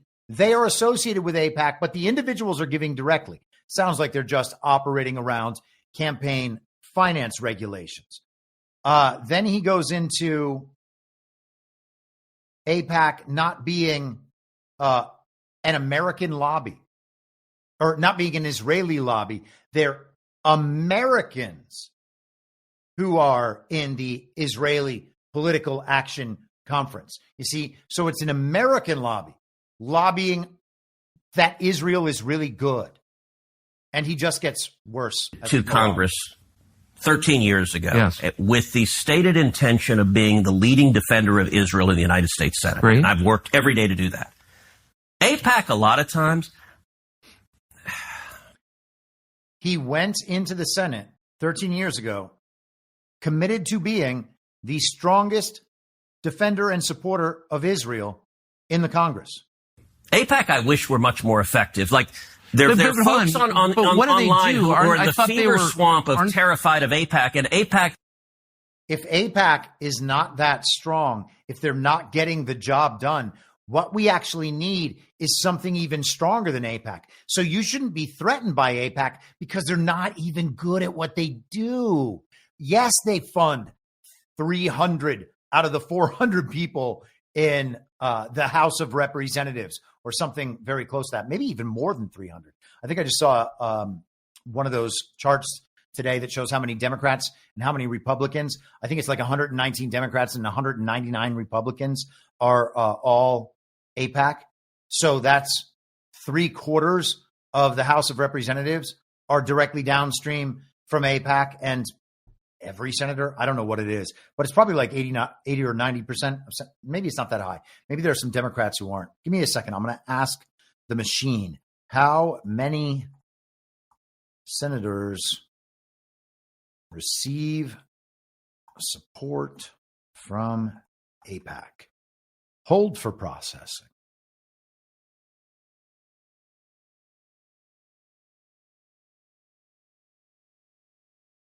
361 pro-Israel and Democrat and Republican candidates. This was in 2023-24. Don't know what that means. 361 spans both chambers. They don't publicize it exactly. It's safe to infer that a majority of U.S. senators receive support from AIPAC in a given cycle, typically well over 50 out of 100. There's another guess that it could be 70 plus, according to ChatGPT. So they control 3/4 of the House and 70%, almost 3/4 of the Senate, but they do their jobs badly. So they barely have any influence at all. And Ted Cruz wants you to believe that because Ted Cruz is a Christian conservative who just tells the truth all the time and is very, very smart. I'm not terrified of AIPAC at all. You're the one who seems a little uncomfortable when I'm asking. No, this. not uncomfortable at all. I'm just asking what AIPAC does. My understanding, having known a lot of people who work at AIPAC, is that it lobbies on behalf of the Israeli government. Wrong. Oh, okay. It's when was the last time AIPAC took a position that deviated from Prime Minister Netanyahu? All the time. Name one. Okay. Let me go back and give a little history. If you want to do a deep dive on AIPAC, I don't. I want to do a shallow dive that gets. No. I want to get to the core question. AIPAC is lobbying for a foreign government, and I don't. It's not. No. It's lobbying for the United States. It is lobbying for a strong U.S.-Israeli relationship. Okay, so it's not has nothing to do with the foreign government. It wants America and Israel to be closely allied. Okay, but it's lobbying on behalf of the interests of another country. So that's not true at all. And if it's not true. No. And how much? They're actually lobbying for America's benefit. America benefits when Israel is the number one priority. Don't you understand? That's legitimately what Ted Cruz is saying. How much contact do you think AIPAC leaders have for the government of Israel? No idea. I imagine some. I think the government of Israel is often frustrated with AIPAC because AIPAC's not nearly strong enough. Do you think there's any coordination between the government of Israel and AIPAC? Do they talk? Sure. If you're lobbying for more U.S.-Mexico trade, would you talk to people in the U.S. and Mexico and the government? Sure. Like if... So I'm not mad about that. There are a million countries that lobby Washington. I like a lot of those countries, including Israel. But AIPAC are Americans. They're not Israelis. Hold on. There are tons of Americans who lobby on behalf of foreign governments. I know them. I'm related to some of them. I know how it works. I'm from here. So my question is not, is it outrageous that foreign governments lobby the United States? They all do, okay, including Israel. My only question is, why don't we admit that is what's happening? You're denying it, but it's true. Yeah, and why aren't they registered as a foreign lobby? Because they're not. Because they're not. Because they don't have to be. Because that A means American. And also, they're so bad at their jobs. They're so ineffective. I don't know why you're worried about them. They're just like this paper tiger. That's why they just hide off in the corner. They're not really getting anything done. That's why they're so secretive about what they are doing, because it's nothing. Ted Cruz is a liar, okay? Can you see that Ted Cruz is a liar? And beyond Ted Cruz being a liar, he is operating in a legalistic manner. He is trying to play semantics to get out of certain points. He's trying to use obfuscation to get out of certain points. Ted Cruz is ideologically Jewish. I don't know what to say.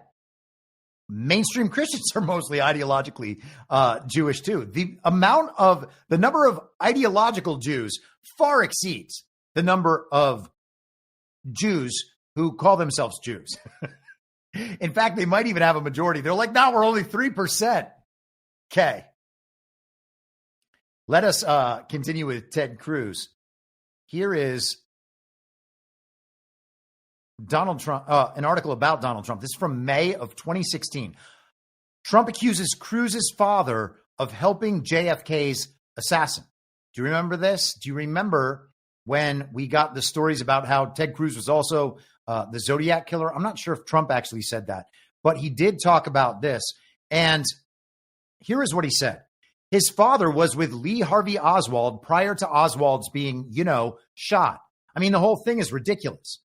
What is this? Right prior to his being shot, and nobody even brings it up. They don't even talk about it. That was reported, and no one talks about it.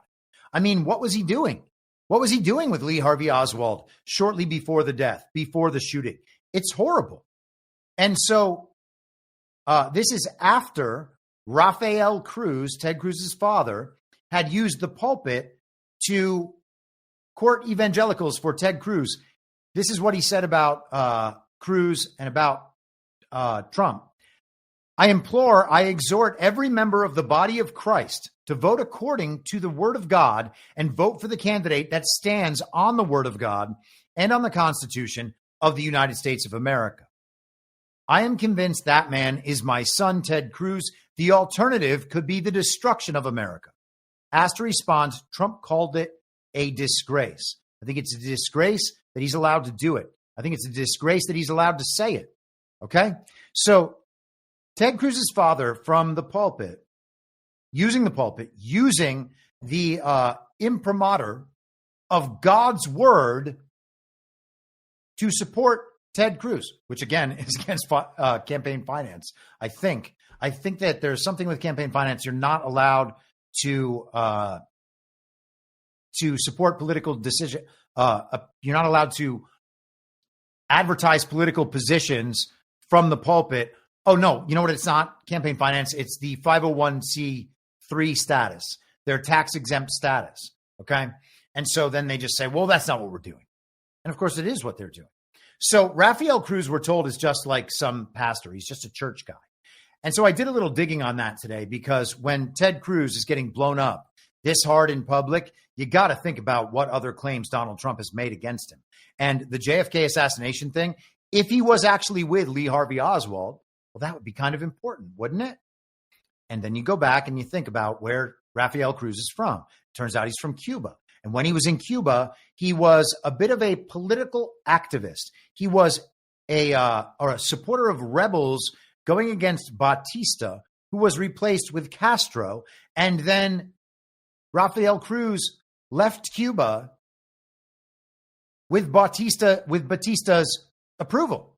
Okay. So he was clearly tied into something there. And then he ends up in the American South, Louisiana, and Texas, and was with Lee Harvey Oswald, potentially.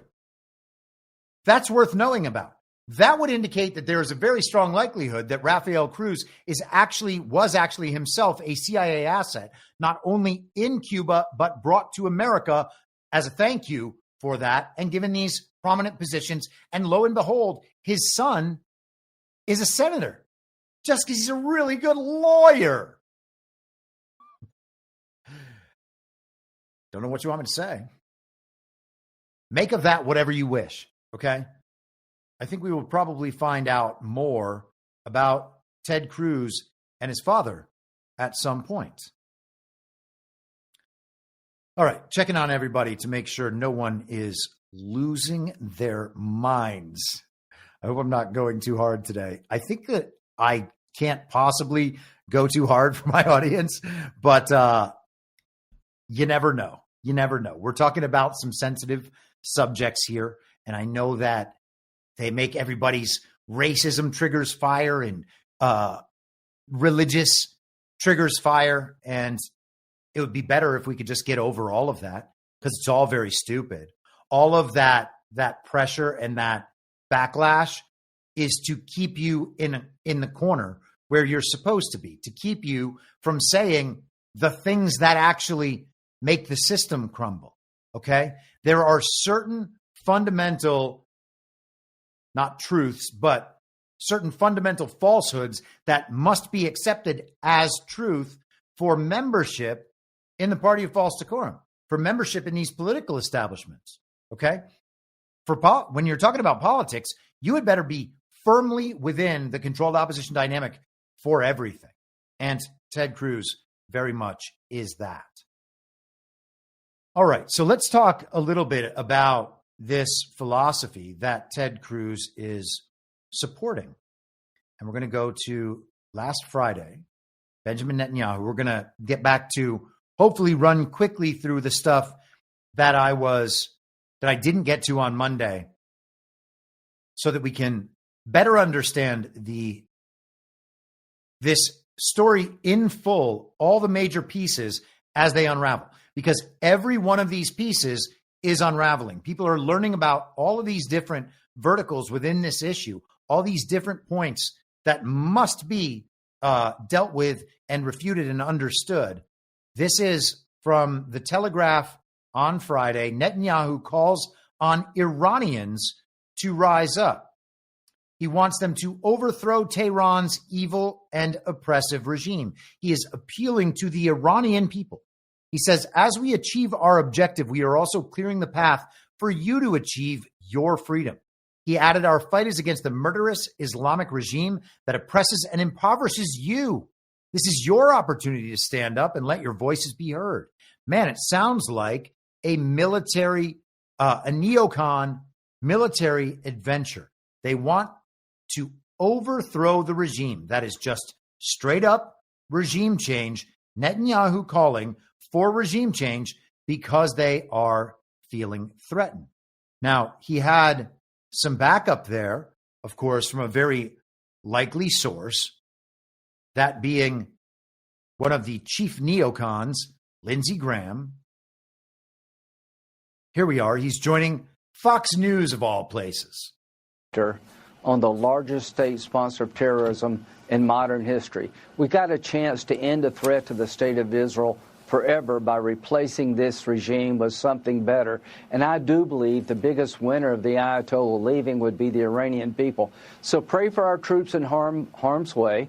There are risks associated with any operation. They join the military to keep their country safe and to make the world a better place. And taking on the Ayatollah does both. To our friends in Israel, we have your back. We're praying for success. You've tolerated too much too long, and to the world. You have normalized trying to kill the Jews. When Israel's attacked, nobody says a word about it. If France were attacked, what would the French do? What would we do? So the days of expecting Israel to sit on the sidelines and not go to the heart of the beast are over. Take this regime down, make the world a better place. Well, they took themselves down. Donald Trump, I mean, God bless him. He's given them every opportunity. Look what he was able to pull off with India and Pakistan as that situation was heating up. Pretty remarkable. All right. So I want to jump from there to Netanyahu's speech that he made once these attacks were launched. And I need to find, here we are. This was actually very difficult for me to find the other day. For whatever reason, the search engines weren't pulling up the quote that I needed. And I was wondering if there was some particular reason why I was being denied on my search attempts. And what I was searching for is Netanyahu repeating the phrase, if a man comes to kill you, rise up and kill him first.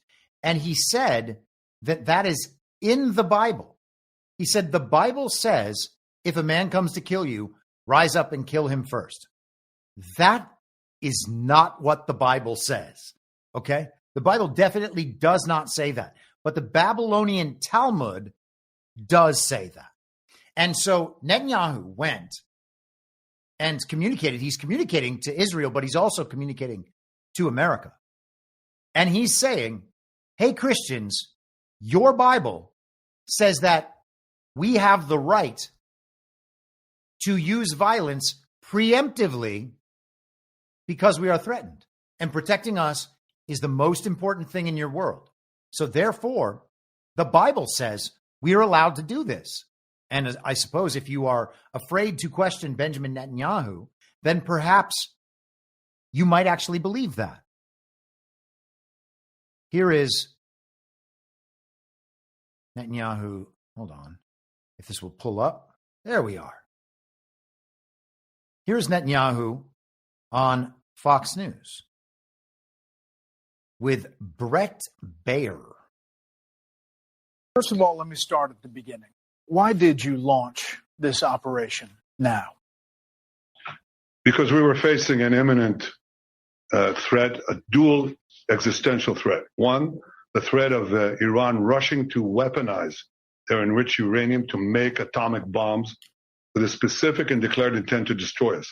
Second, a rush to increase their ballistic missile arsenal into the capacity that they would have 3,600 weapons a year, new weapons within 3 years, 10,000 ballistic missiles, each one weighing a ton, coming in at Mach 6, right into our cities, as you saw today. And then in 6 years, 20,000. That's no country can sustain that, and certainly not a country the size of Israel. So we had to act. It was the 12th hour. We did act to save ourselves, but also, I think, to not only protect ourselves, but protect the world from this incendiary regime. We can't have the world's most dangerous regime have the world's most dangerous weapons. We're protecting ourselves, but by doing so, we're protecting many others. You get that? The threat is definitely going to be real. So we have to protect ourselves from that. The Bible says we can. And you know what? We're not only protecting us, we're protecting everyone. Here's the transcript from Netanyahu's speech. Took me a second to find that link. He says, today, Israel has shown that we have learned the lessons of history. When enemies vow to destroy you, believe them. When enemies build weapons of mass death, stop them. As the Bible teaches us, when someone comes to kill you, rise and act first. This is exactly what Israel has done today. We have risen like lions to defend ourselves. Now, this could be too specific and too semantic, but we should at least consider whether or not he means when he says, as the Bible teaches us, that the Bible says that thing, because there is some ambiguity here, right? I think that that's probably what he means and what he's doing. Or he's saying we as Jews should have been taught from the Bible that we had better act this way. That could be even a darker interpretation. And I think that there's a low possibility that that's what he meant. I think he probably just meant, hey, this is in the Bible. This is what the Bible says that we're supposed to do, so that he could hoodwink Christians, maybe intentionally. Maybe all of this stuff is just a comms program so that people wake up to all these things. Doesn't matter as far as I'm concerned, as far as you're concerned. These are the raw materials. We're going to use these raw materials and try to wake up as much as possible. Let's keep going. I think that we have, okay, good. We are clear of that subject. Let us go to Donald Trump on Truth Social. This was Sunday evening. And again, as I said, I'm trying to catch up on some of the stuff that I had prepared for Monday's show, because I think it's important in the chronology of this whole thing, trying to understand the event comprehensively. Iran and Israel should make a deal and will make a deal, just like I got India and Pakistan to make. In that case, by using trade with the United States to bring reason, cohesion, and sanity into the talks with two excellent leaders who were able to quickly make a decision and stop. Also, during my first term, Serbia and Kosovo were going at it hot and heavy, as they have for many decades. And this long-time conflict was ready to break out into war. I stopped it. Biden has hurt the longer-term prospects with some very stupid decisions, but I will fix it again. Another case is Egypt and Ethiopia and their fight over a massive dam that is having an effect on the magnificent Nile River. There is peace, at least for now, because of my intervention, and it will stay that way. Likewise, we will have peace soon between Israel and Iran. Many calls and meetings now taking place. I do a lot and never get credit for anything, but that's okay. The people understand. Make the Middle East great again. Make the Middle East great again. Okay, wow. I actually want to I think that this could be interesting. I at least want to see a map. What dam are Egypt and Ethiopia fighting over? I have not ever dug into this particular issue right here, but I think it's the Grand Ethiopian Renaissance Dam. Wow, that is quite a name. I want to see if I can pull up a map of this so that I can know where it is, because I am thinking about how the future Middle East borders will be drawn. The Grand Ethiopian Renaissance Dam is, that's quite interesting. So the Grand Ethiopian Renaissance Dam is between, it's on the border of Sudan and Ethiopia, and then South Sudan is not too far away from that. Maybe I'm just being, yeah, so I guess that's it, man. I can't. That's very odd. I'm going to have to spend more time on that to understand that. Who knows what the implications are with the Sudanese in the civil war and potentially what's going on, quote unquote, civil war. That just means regime against the people. Okay. And sometimes they'll split off countries. They're like, okay, well, this is our regime proxy and we just own South Sudan now. I would have to get much further into that. But Donald Trump is signaling toward that, and that is very interesting. So anyway, he solved all of these disputes in the past, most recently India and Pakistan. Potential nuclear exchange, it ends in like 48 hours. And by the way, General Flynn said Monday night, 24 to 48 hours, that's when something big could potentially happen. And, everybody's just turning up the volume. And that's fine. The volume should be as loud as possible. All right? And then the rug gets pulled. Everybody who stands on the rug is going to fall on their faces. And this time, those people are all of the ones claiming to be MAGA while supporting Israel, thinking that they're going to somehow get their way because that's how it's always gone in the past. Maybe it won't be right now. Maybe it'll be a few weeks from now. But whatever it is, all those people are going to get rug pulled, and it will be hilarious. So Trump wants to make a deal, and he believes that there is a good chance for the deal. Let me see if there we are. The sense of what you're doing to try to de-escalate the situation between Iran and Israel? Well, I hope there's going to be a deal. I think it's time for a deal, and we'll see what happens. But sometimes they have to fight it out, but we're going to see what happens. I think there's a good chance there'll be a deal. Sometimes they have to fight it out, but I think there's a good chance there'll be a deal. And as you heard earlier, he reiterated today that they're not actually fighting. And Trump has said some aggressive things, and every time he does, the neocons, the warmongers, the globalists, all those people come out and show themselves. And they're like, yay, Trump, thank you for finally saying this. I hope that all you anti-Semites in MAGA can see that your God King, whose cult you're in, is saying the thing we want him to say. So now you have to believe that. These people have been acting that way for 10 years. It's never worked, not even once. And they think it's going to work this time. They're going to get rug pulled. Here is Bill Ackman doing that sort of thing on X, formerly Twitter. This is from, what would this have been? Saturday?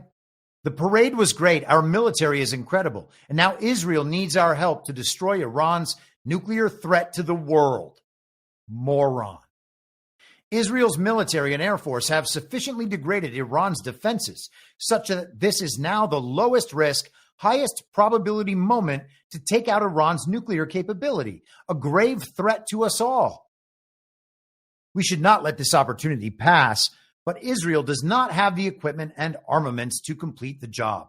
We do, and it does not require boots on the ground. The war Israel has been fighting has been on behalf of all of us. Let's help them finish the job. So Israel went in unilaterally, which is to say, on their own, only they decided. No one else decided. But they couldn't finish the job that they went in to do. And they knew it beforehand. And so now they need the U.S. And Bill Ackman says, because Israel did what they were going to do, on behalf of everybody, you have to now help them. That doesn't make any sense at all. These people, I understand Bill Ackman's very, very rich, and he's like a super finance guy, and he knows what's going on at Harvard, and he's very anti-woke, and he supported Trump in the fake election in 2024, pretending it was real the whole time. I know Bill Ackman is a genius. He's one of the very serious intellectuals out there in the world. He's a rich man. He's an expert. Gosh, I guess we should just defer to him. Except, no, why would we ever do that? It's moronic. Here is Netanyahu with Bret Baier once again. That they intend to give these nuclear weapons to their Houthi proxies and others. And that's nuclear terrorism on a global scale. It threatens everyone. And the last thing is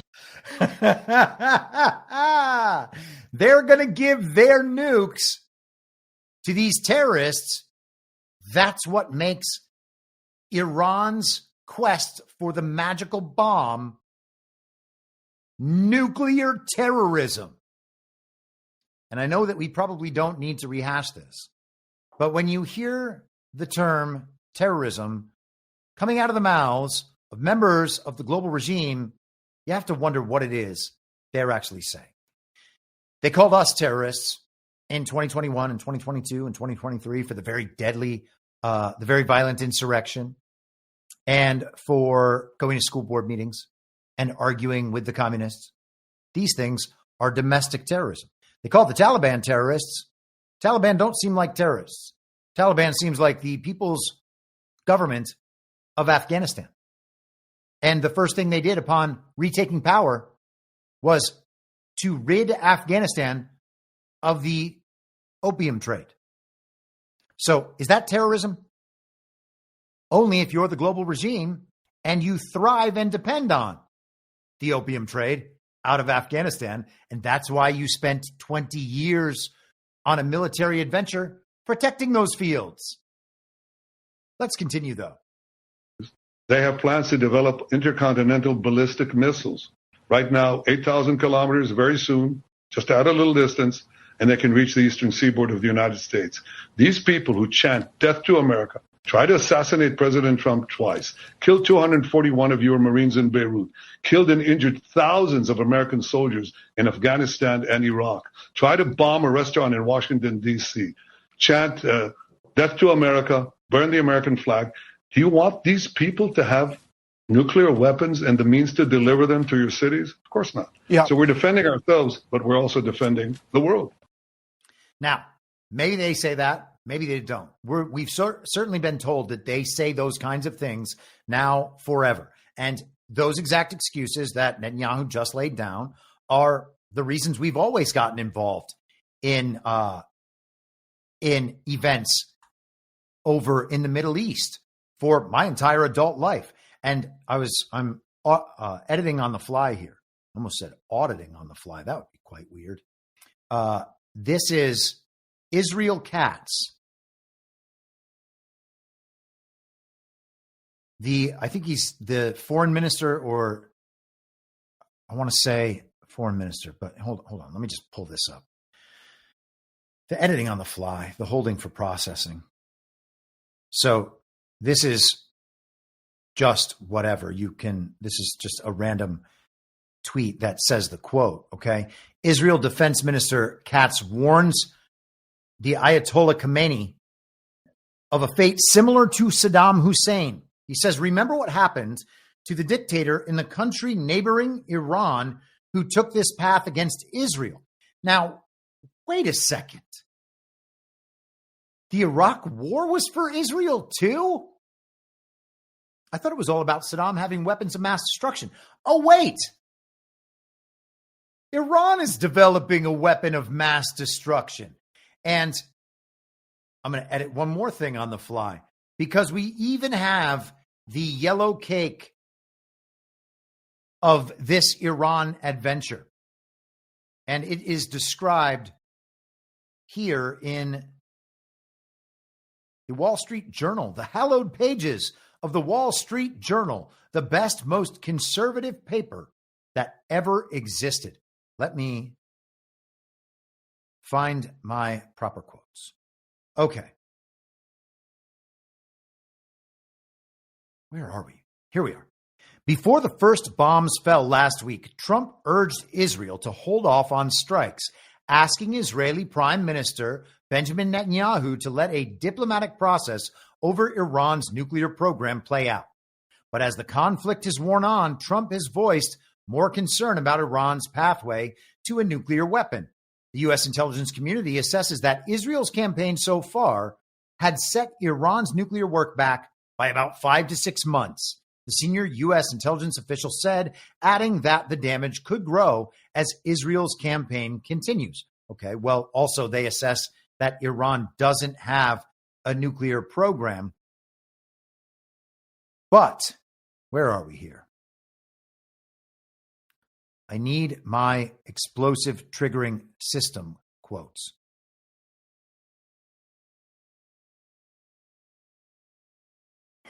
Pardon me. Did I pull up the wrong? No, I know I didn't. There we are. I should have just read the first two paragraphs. Shooting myself in the foot many times today. Before launching its attack on Iran last week, Israel provided the U.S. with intelligence it deemed alarming. Tehran was conducting renewed research useful for a nuclear weapon, including on an explosive triggering system. But U.S. officials briefed by the Israelis weren't convinced that the information pointed to a decision by Tehran to build a bomb, according to a senior intelligence official, another U.S. official, and 2 congressional aides familiar with the discussion. Okay, so an explosive triggering system. They have figured out that's what Iran is building, and that's how they know Iran is so close to the bomb. They have everything they needed, and now they're putting the final piece in place, the explosive triggering system. That is the yellow cake uranium of this Iran adventure. And apparently the Iraq adventure was on behalf of Israel as well. Here is Defense Minister Katz. And I'm just going to turn this down and read what he says here. So he's actually, let me just do this. So he's saying, I warned the Iranian dictator against continuing to commit war crimes and launch missiles toward Israeli civilians. He should remember what happened to the dictator in the neighboring country to Iran, who took the same path as Israel. Let's keep going. Here is some of the fallout. This was from Sunday in CNBC. Oil prices fall more than 1% on signs that Iran wants ceasefire with Israel. All right, so we were already talking ceasefire. We were already talking deals. And here's the thing. The people rolling out the fake neocon war stories also understand that they might get rug pulled. So they're trying to ease themselves out of these situations as many times as possible, because people don't want the fuel prices to go up. No one wants that. Trump's already talking about how they've spiked. I don't know if that's true. I haven't seen that to be true myself, but who knows?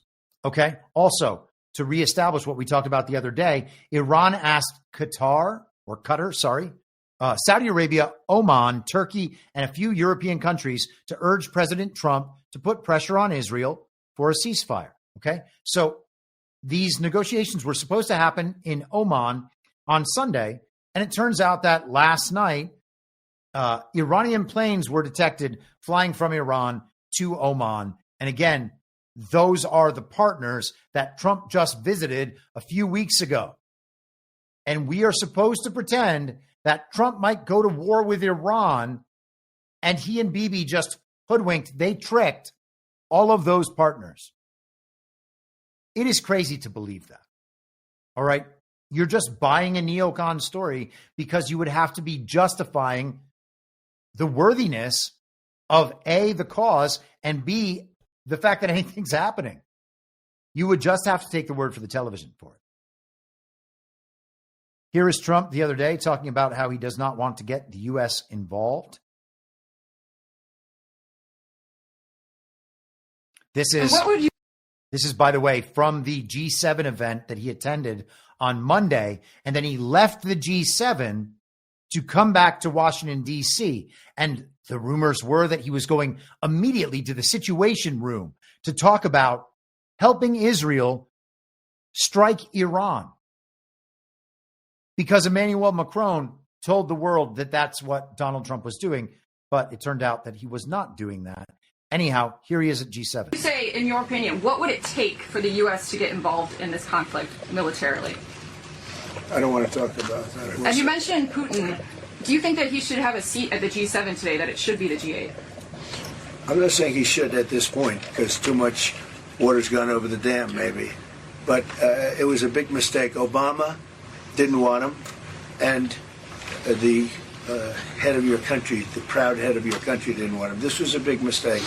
You wouldn't have that war. You know, you have your enemy at the table. Even I don't even consider him. He wasn't really an enemy at that time. There was no concept. If I were president, this war would have never happened. But likewise, if he were a member of what was called the G8 at that time, it was always the G8, you wouldn't have a war right now. What Israel support and what intelligence support are you providing Israel?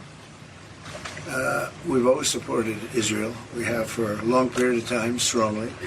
And Israel's doing very well right now. Why not have China as the G8? Why not have China here, the biggest economy in the world after the United States? Well, it's not a bad idea. I don't mind that. If somebody wants to suggest China coming in, I think we suggest. But you want to have people that you can talk to. You know, they don't talk.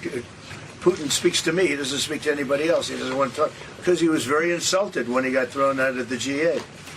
As I would be, as you would be, as anybody would be. He was very insulted.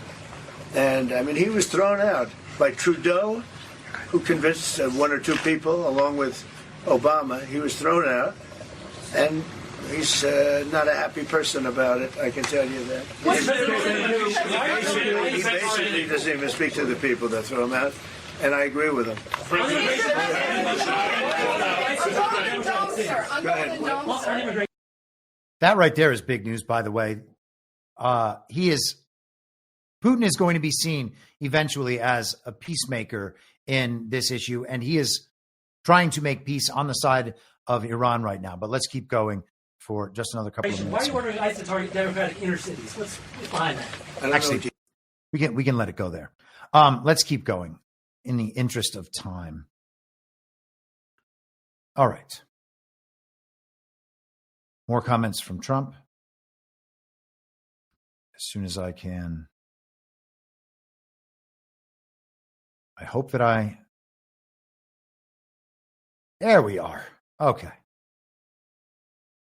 Heard any signals or seen any messages from intermediaries that Iran wishes to de-escalate the conflict? Yeah. What have you heard? What have you heard from the Iranians? They'd like to talk, but they should have done that before. I had 60 days, and they had 60 days, and on the 61st day, I said, we don't have a deal. They have to make a deal, and it's painful for both parties, but I'd say Iran is not winning this war, and they should talk, and they should talk immediately before it's. Doesn't he always sound like he is talking to the enemy using the various names of these nations, whether it's China or Iran or whoever, as the avatar, as the proxy, as the stand-in for the global regime, but he's talking to the global regime. Is he negotiating against Iran? What is the real war? Who is on the other side of these communications? He's communicating to the world. He is telling the world where he stands. What does it mean when he's talking this way? I would suggest that he is referring to Iran in avatar form. This is, I think, from Monday night, Netanyahu, or perhaps even Sunday night. Oh, man, too many clips today. Here we are. Whew. Tomorrow it's New York. I understand America first. I don't understand America dead. That's what these people want. They chant death to America. So we're doing something that is in the service of mankind, of humanity, and it's a battle of good against evil. America should and does stand with the good. That's what President Trump is doing, and I deeply appreciate his support. John Carl joins me now. So, John, what else did he say about President Trump and how he wants the U.S. to play a role here, or did he? Well, look, he praised President Trump over and over again in this interview. He knows that he needs the United States support, at least in terms of doing what the U.S. is doing now, which is helping Israel defend itself from those retaliatory attacks from Iran. So it was all couched in a thank you, President Trump. You've been Israel's best friend. But he made it clear that he would like to see more. He didn't come out and directly say it in those ways. But what you heard, what you played right there, I understand America first. I don't understand America dead. He is really speaking to those in the Trump movement, those in the MAGA movement who are adamantly opposed to the United States getting involved in another Middle East conflict. And as you know, Kira, there are some prominent voices, supporters, outside advisors of Donald Trump who are saying, don't get involved. The United States can't be involved. You campaigned against forever wars. People like Tucker Carlson, Steve Bannon. Okay, so we can let it go there. America first. I understand America first. I don't understand America dead. Because he has created a scenario where not only are they about to acquire the magical bomb, they're also about to acquire a magical delivery system that allows them to hit someone 8,000 miles away. This is where we are now. Let me pause for a second. I saw some Rumble rants pop up in the chat. In the dark, $10. Jumped platforms from Substack to Rumble Premium to make a monetary post. Substack comments were fire. For the benefit of others, Ted Cruz wears an itchy suit. His papa likely involved in JFK collusion. I hope we find out. In the dark again, $50. Thank you very much. Tough to beat Polymath Anon in a Chris Paul contest. I agree. I offer this contribution for today's fantastic broadcast. Love every one of them, making a difference every little bit of the way. Thanks, Chris. Thank you very much. And you guys, as I often say, but especially hope to remind every time we do a subscriber stream, I could not be doing this way without your support. And that will continue even when I'm doing fewer of these shows. It still makes it possible for me to devote all my time to this broader project, which is what I've done now for well over 5 years. I mean, it's the first thing I look at when I wake up. I'm on it all day, as you can see, and until I go to bed at night. I'm actually very boring and very annoying because I just do this thing, all right? I understand that for the first 40-ish years of my life, or, not when you're a little kid, whatever, you're always wrong about things when you're a little kid because you don't know anything. But for my entire adult life, I was wrong about some very important things, okay? And when you realize that you're wrong about so many important things and very fundamental things, well, then I think it behooves us to learn as many things as we can to figure out all the places we were wrong. And I've spent my time doing that and trying to communicate the process for doing that and what conclusions I am reaching throughout that process on this show and in the writing. And I think that we are on a good path here. So again, thank you all so much for supporting the effort. Okay. So America first, he understands. He does not understand America dead. At some point, you would think that that would begin to sound threatening. And I know the Israelis would never threaten us because we are their greatest ally. And that's true. We are their greatest ally. But it's not true that they would never threaten us. They threaten us all the time to make us do whatever they say and follow their intelligence. It sounds like a threat. Sounds like a threat. Does Iran have the capacity to make that threat real? Don't think so. So what does it mean that the threat is being delivered by the leader of our greatest ally? And again, I think that's our boy Yuhu, okay? I think he's in the our boy construct and framing. I think he's fully under control. Whether that is that he's acting out the proper things or whether he's just boxed in and cornered in. And from game theory, perfect game theory, he is forced into certain moves. Doesn't matter to me how that lines up, but he seems to be under control. Or to the extent that he's not, everything he does is blowing back right in his face in a way that makes things better for us. So I would just say, let him go. Let him keep going. The idea that taking Netanyahu out in this process is beneficial to us seems wrong.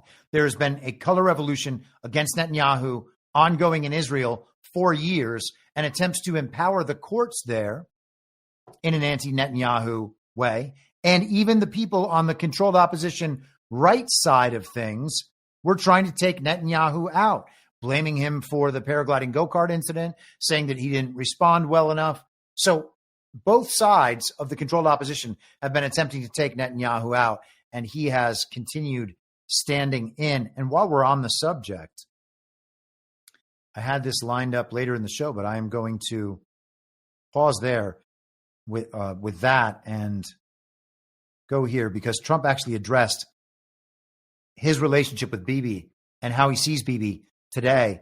And in the framing I just laid out, I think Trump's comments make a lot of sense. Can you share some of what you've told Israeli Prime Minister Benjamin Netanyahu? So keep going. What do I say? To speak to him every day.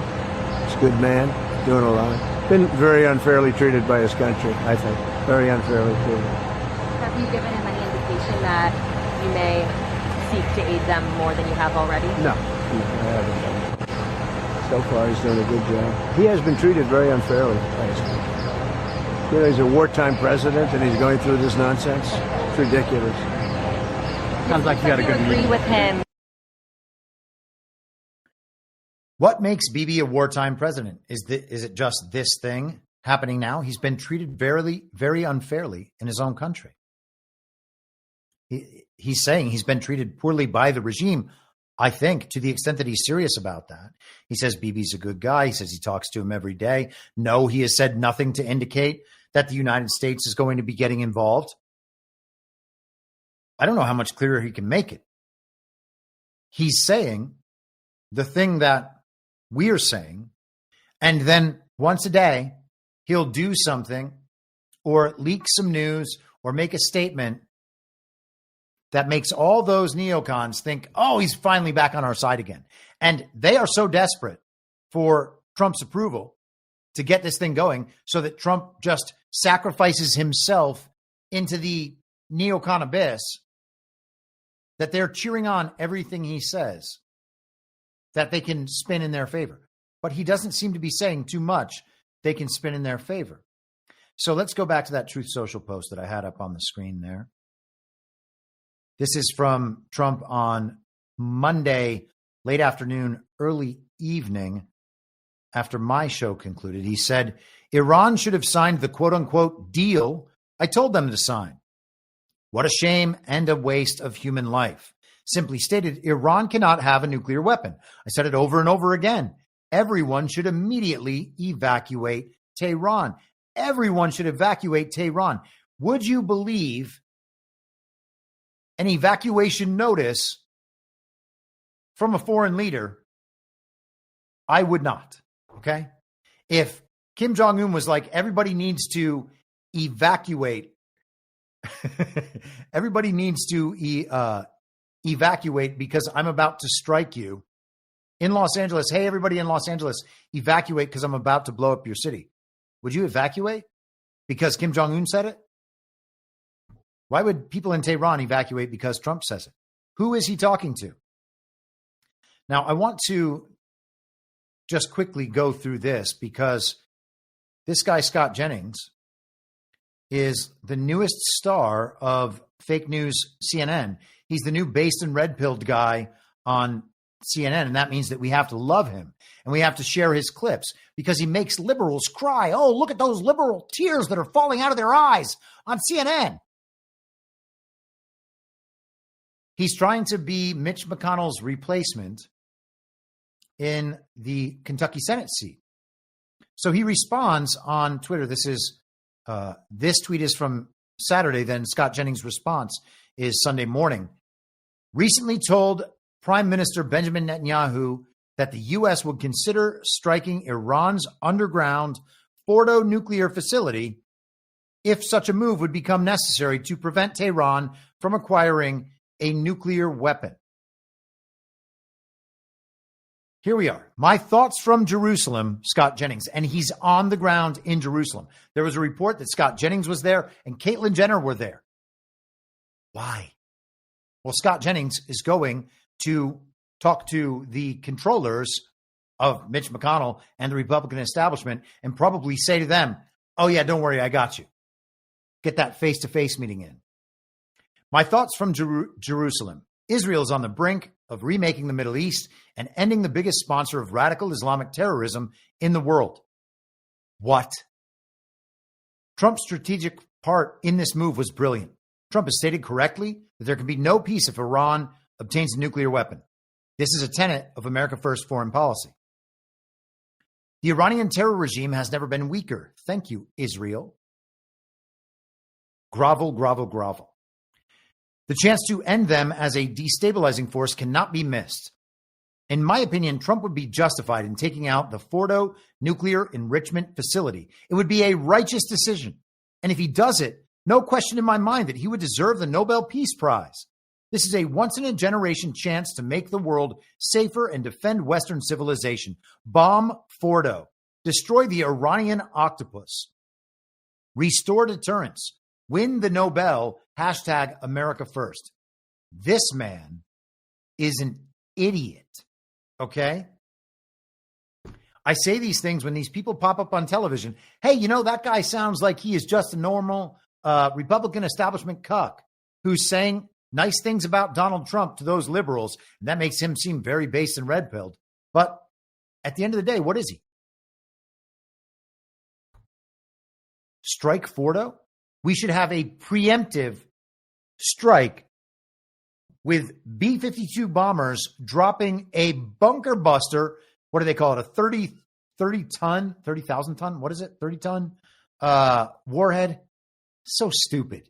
Okay. Oh, we got to get this perfect strike. And then we're going to destroy Fordo. And that's going to take away Iran's nuclear capacity. Then they're never going to be able to make the magic bomb.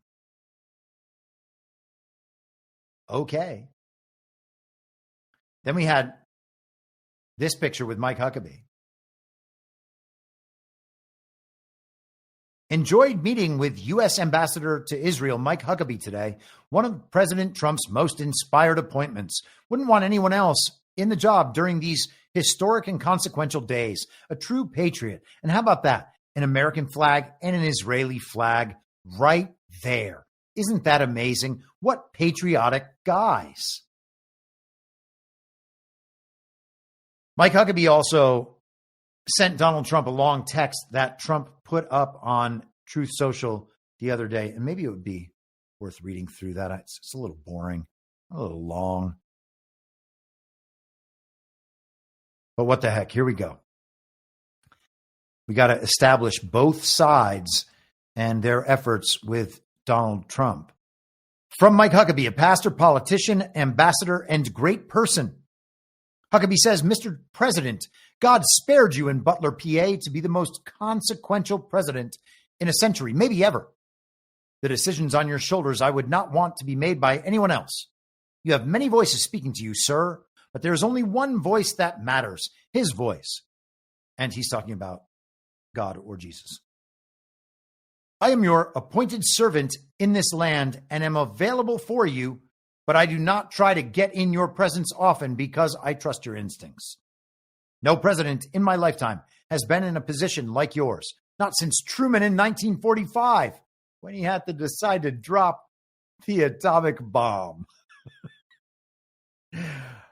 I don't reach out to persuade you, only to encourage you. I believe you will hear from heaven, and that voice is far more important than mine or anyone else's. You sent me to Israel to be your eyes, ears, and voice, and to make sure our flag flies above our embassy. Who else's flag would fly? Oh, yeah, the gay pride flag when our embassy was in Tel Aviv. My job is to be the last one to leave, he says. I will not abandon this post. Our flag will not come down. You did not seek this moment. This moment sought you. It is my honor to serve you, Mike Huckabee. Oh, gosh, what does he mean? What a grade A grovel and ass kissing that was. Or, hey, maybe he's just the greatest, most patriotic guy that ever existed. And he knows that Israel must be helped. We must give them all the bombs they need. Steve Bannon, in response to Scott Jennings, posted this on Getter. Repulsive how easily McConnell's hacks believe the commander-in-chief can be played. One of McConnell's hacks. Is Bannon lying about that? Is he wrong about that? Or is he properly rhino hunting because the rhino went and exposed himself? Well, he's rhino hunting. That's what he's supposed to do. That's what we're all supposed to do. But people won't do it because they're caught up in the politics, the political soap opera. They're worried about Democrats. They're worried about liberals. They're worried about the left. It's all the left. All of the uniparty is the left. All the regime is the left. Okay? The ones who are infiltrated into our side and wearing the mask, the skin suit of MAGA, and parading around doing the business of the global regime are the most clever enemies, okay? And spotting those enemies and drawing them out is as important a project as we could possibly be involved in. And instead, members of MAGA, truthers even, so-called truthers, these people are not truthers. If there are all these subjects that are off limits, if they're gatekeeping about one thing and another thing and the next thing, all the way to Israel, and gatekeeping on a variety of subjects this entire time, they're not there. They're not it. You cannot be a truther and have things that are off limits and continue peddling the television story every time it proves beneficial. All of those people must be spotted and they should be ignored. Okay. I don't want anything bad to happen to them. They're just scummy grifters. Okay. They pretend to be American patriots. They pretend to be Christians. They're neither of those things. At some point, we're going to understand, oh, wait, they're supporting the enemy. They're not our allies. They're our enemies saying they're our allies. And some of them don't know it, which is sad. But I would suggest maybe they kind of do. They certainly don't admit it. Polymath Anon. See a couple Rumble rants. He got called out. He says, love you, brother. Great episode today. Well, thank you for 2 greats. Also, APL, 2 $5 rants. And the people call.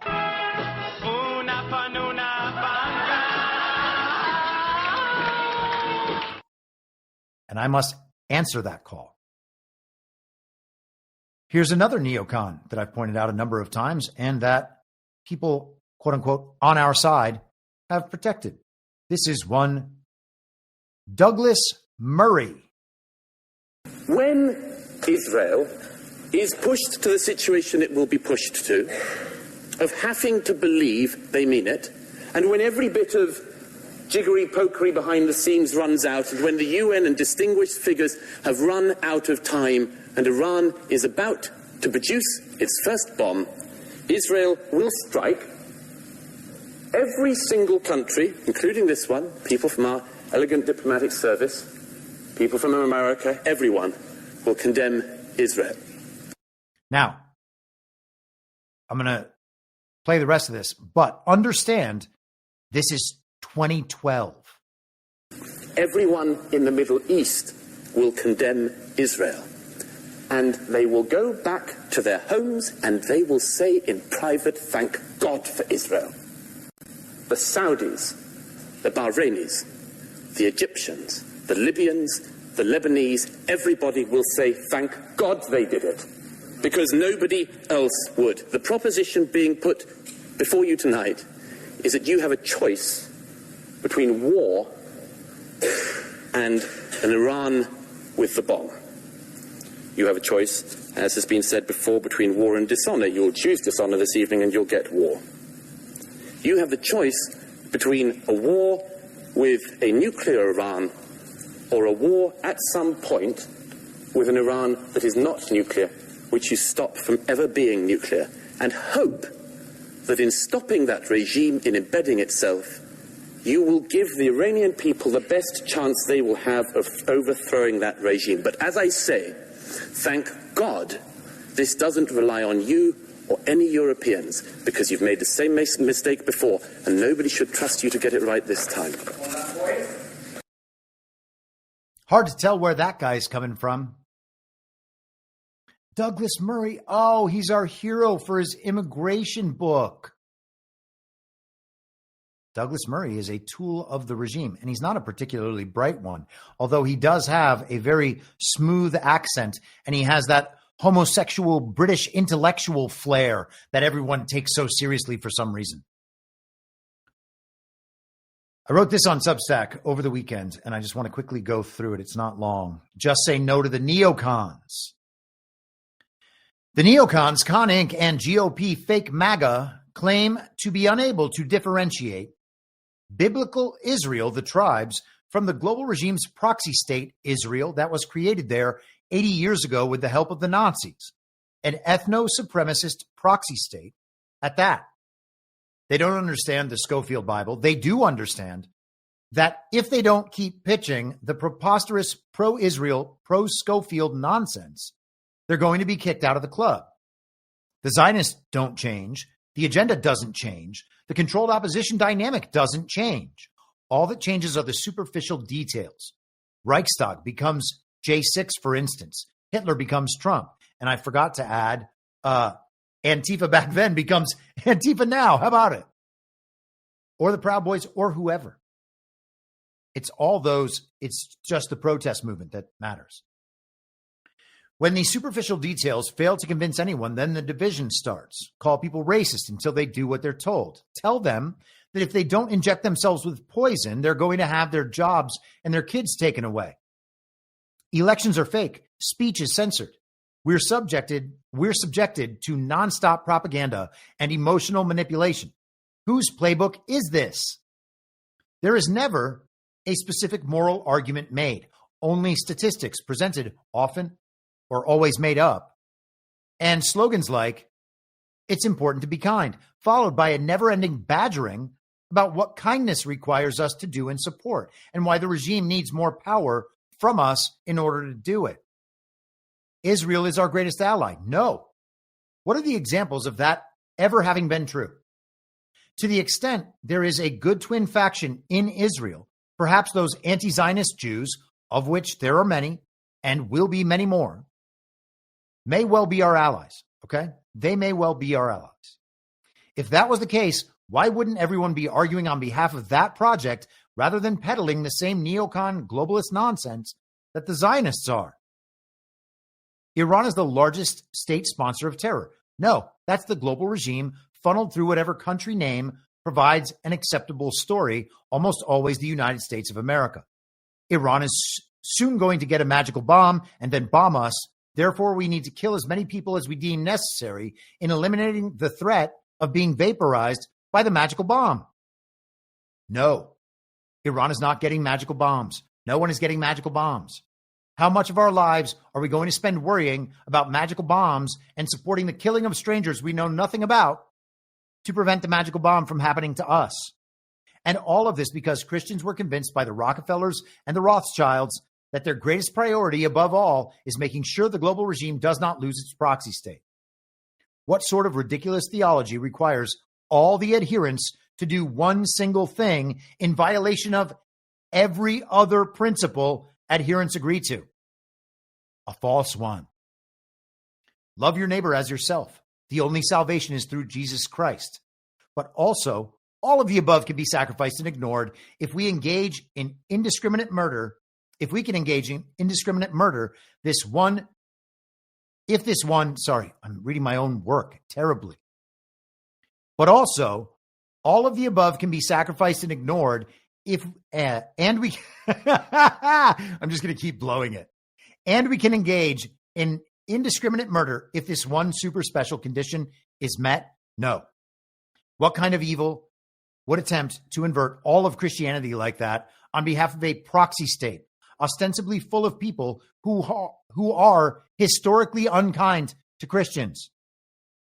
Jesus doesn't seem unclear about this in the Bible, but it's not about Jews. It's about the worldly.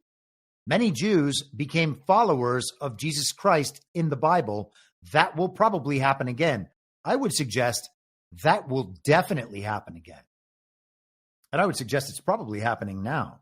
And even if it's not people who identify as Jews, it will be people who identify as Christians but are ideologically Jewish. Maybe at some point they will figure out what being Christian means. Doesn't seem difficult. I mean, I haven't even been on this subject for all that long. And it's like immediately, oh, it's that. Of course it's that. The other thing is clearly the project of the regime. All right. So we are caught up back into closer to the present through all the stuff I was going to go through on Monday. And so let's jump to yesterday and today, even though we've woven that in a little bit. This is the clip after which you're kidding me. Somehow I did not download the clip that this episode is primarily about, that it is named after. Here is Tammy Bruce yesterday addressing, she is a State Department spokesperson. Here we are. Durable ends. The president, he is the singular guiding hand about what will be occurring from this point forward, as he has been. And I think that dynamic is pretty clear. He says he wants an end, as he has said, about every conflict that he has, as a peacemaker, worked to stop peacefully through diplomacy. That has been his commitment. And he wants these things, as he said, about a number of situations, not for a month or 6 months, but durable ends to this nature of forever wars. And that has been his posture, and that's his posture now. Durable ends. What does that mean? It means the condition for the forever wars has been eliminated. The necessary conditions. And what are the necessary conditions for forever wars? Global regime proxy states, people who believe all the neocon bullshit. That's about all you need. Okay? All that needs to happen is that the American public is convinced to support these war efforts, and they can do it forever.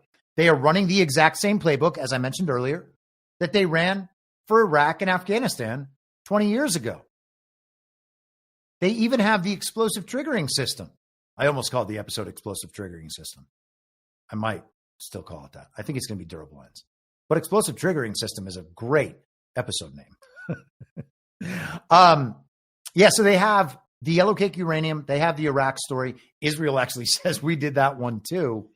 And Trump wants all of that to end, as he made abundantly clear a few weeks ago when he was visiting all of Iran's negotiating partners and Trump's negotiating partners for all of these Middle Eastern events.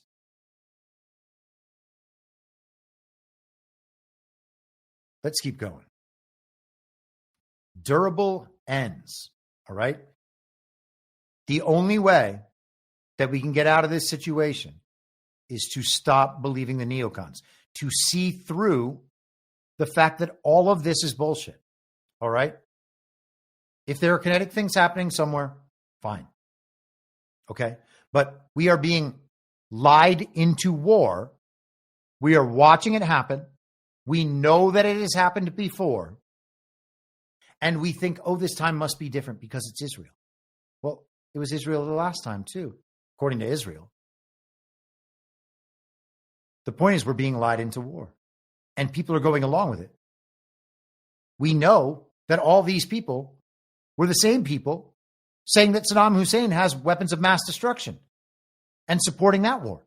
And I'm sure that many of you in the audience believe that as well. I, at that time, was a liberal who couldn't stand George W. Bush, so I didn't buy that stuff as much.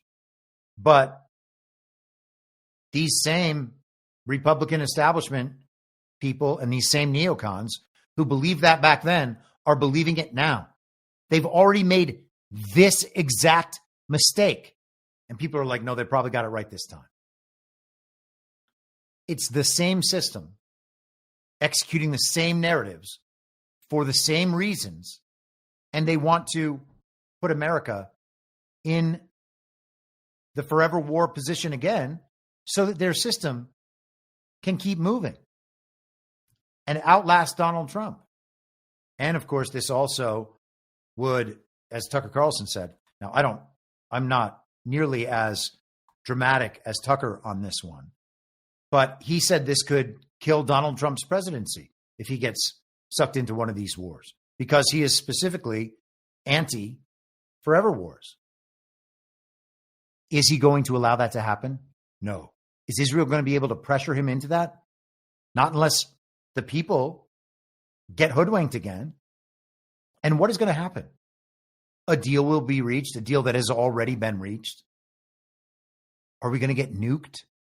Oh no, we didn't support Israel. Now we're definitely going to get nuked sometime. No, we're not. Like, knowing that that's not going to happen, there's no scenario where that's going to happen. Why would we believe any of the rest of it? Iran is going to nuke us. I don't understand. I really don't understand how people can believe these things. This is from this morning. Russia tells U.S. not to strike Iran, warns of nuclear catastrophe. This is Russian Deputy Foreign Minister Sergei Ryabkov? I'm guessing. I think that's probably right. Russia signed a strategic partnership with Iran in January and also has a relationship with Israel, although it has been strained by Moscow's war in Ukraine. A Russian offer to mediate in the Israel-Iran conflict has not been taken up, but it will be. Ryabkov, speaking on the sidelines of an economic forum in St. Petersburg, told Interfax news agency Moscow was urging Washington to refrain from direct involvement. This would be a step that would radically destabilize the entire situation. Interfax cited Ryabkov as saying and criticizing such, quote, speculative, conjectural options. Maria Zakharova, the foreign ministry spokesperson, said that nuclear facilities are being struck. She said that the strikes on Iranian nuclear infrastructure meant the world was millimeters from a catastrophe. Where is the concern from the entire world community? Where are all the environmentalists? I don't know if they think they are far away and that this radiation wave won't reach them. Well, let them read what happened at Fukushima, she said. And I would suggest to all of you that Fukushima was a false flag attack against the production of nuclear energy itself. Okay? The idea that they're going to blow up a nuclear facility in Iran. Trump even said it today. It's terrible even for the countries around. The dust is going to spread out. There's no way of keeping the dust out of your country. And then the dust itself is going to kill people. But where are the environmentalists? She asks a wonderful question. Where are they? Here is Donald Trump today.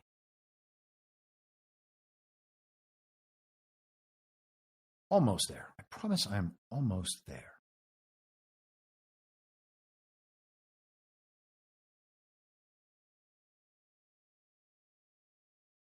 I've had it for a long time. In the first term I had it, but you guys were after me. I said I had to focus. I was the hunted, and now I'm the hunter. It's a big difference. Big difference. He's the hunted, and now he's the hunter. Whether you are moving closer, or you believe the U.S. is moving closer to striking Iranian nuclear facilities. Where's your mindset on that? I can't say that, right? You don't seriously think I'm going to answer that question? Will you strike the Iranian nuclear component? And what time exactly, sir? The workers behind him are cracking up. That's how ridiculous what this reporter is saying. The idea that Trump would divulge this information, they just want to keep pressing towards something, get an answer, figure out how to manipulate an answer out of Trump, so then they can run the big headlines that support the neocon thing and make the argument happen again, so they can say, look, Trump is with us. Sir, would you strike it? Would you please inform us so we can be there and watch? I mean, you don't know that I'm going to even do it. You don't know. I may do it. I may not do it. I mean, nobody knows what I'm going to do. I can tell you this, that Iran's got a lot of trouble, and they want to negotiate. And I said, why didn't you negotiate with me before? All this death and destruction. Why didn't you negotiate? I said to the people, why didn't you negotiate with me 2 weeks ago? You could have done fine. You would have had a country. It's very sad to watch this. I mean, I've never seen anything like it. It's so, everyone thought it was going to be the reverse. I didn't think so. And I was telling them, you got to do something. You got to negotiate. And at the end, last minute, they said, no, we're not going to do that. And they got hit. Remember 60 days? And then came the 60. 61 is going to become a very famous number. That was one hell of a hit. That first hit, that was one hell of a hit. Not sustainable, to be honest. That's where it ended. It ended on the first night, yes. Is it too late, though? Do you think it's too late to now? Really, nothing's too late. The only thing too late is Powell. Powell's too late. Too late, Powell. Too late, Powell. He's not lowering interest rates, by the way. No change. I think that'll probably be some signal moment when there is a Powell change. That might be the cover story for the economic collapse, or potentially a cover story that will just continue for this winds down in hopes of a soft landing. But Trump is talking about the timing of these attacks, and he's making a very good point. Why would I ever tell anyone about the timing of these attacks? And yet we get all of these reports from the intel community and from military people and from U.S. officials, always unnamed, through the mainstream media, telling us what Trump is about to do or what some other country is about to do. Israel about to strike back against Iran. Iran about to strike back against Israel. What are you talking about? And everybody's like, oh, it's going to happen. Oh, man, we're inching ever closer to that key moment where it's really going to happen. Oh, yeah, they're probably telling everybody that first. I said this yesterday on Truth Social.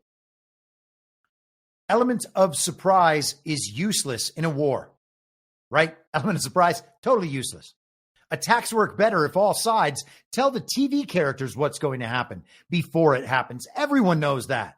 That's why it's not weird that the TV always knows what real attacks are really happening. Isn't it incredible? The TV always knows when the attacks are about to happen, when they should happen down the line, when they're actually happening, and then they show us, that beautiful video they get. It really, really, really is incredible that anybody believes this shit. Here is the latest Iranian attack. I think this was from last night. Look at it.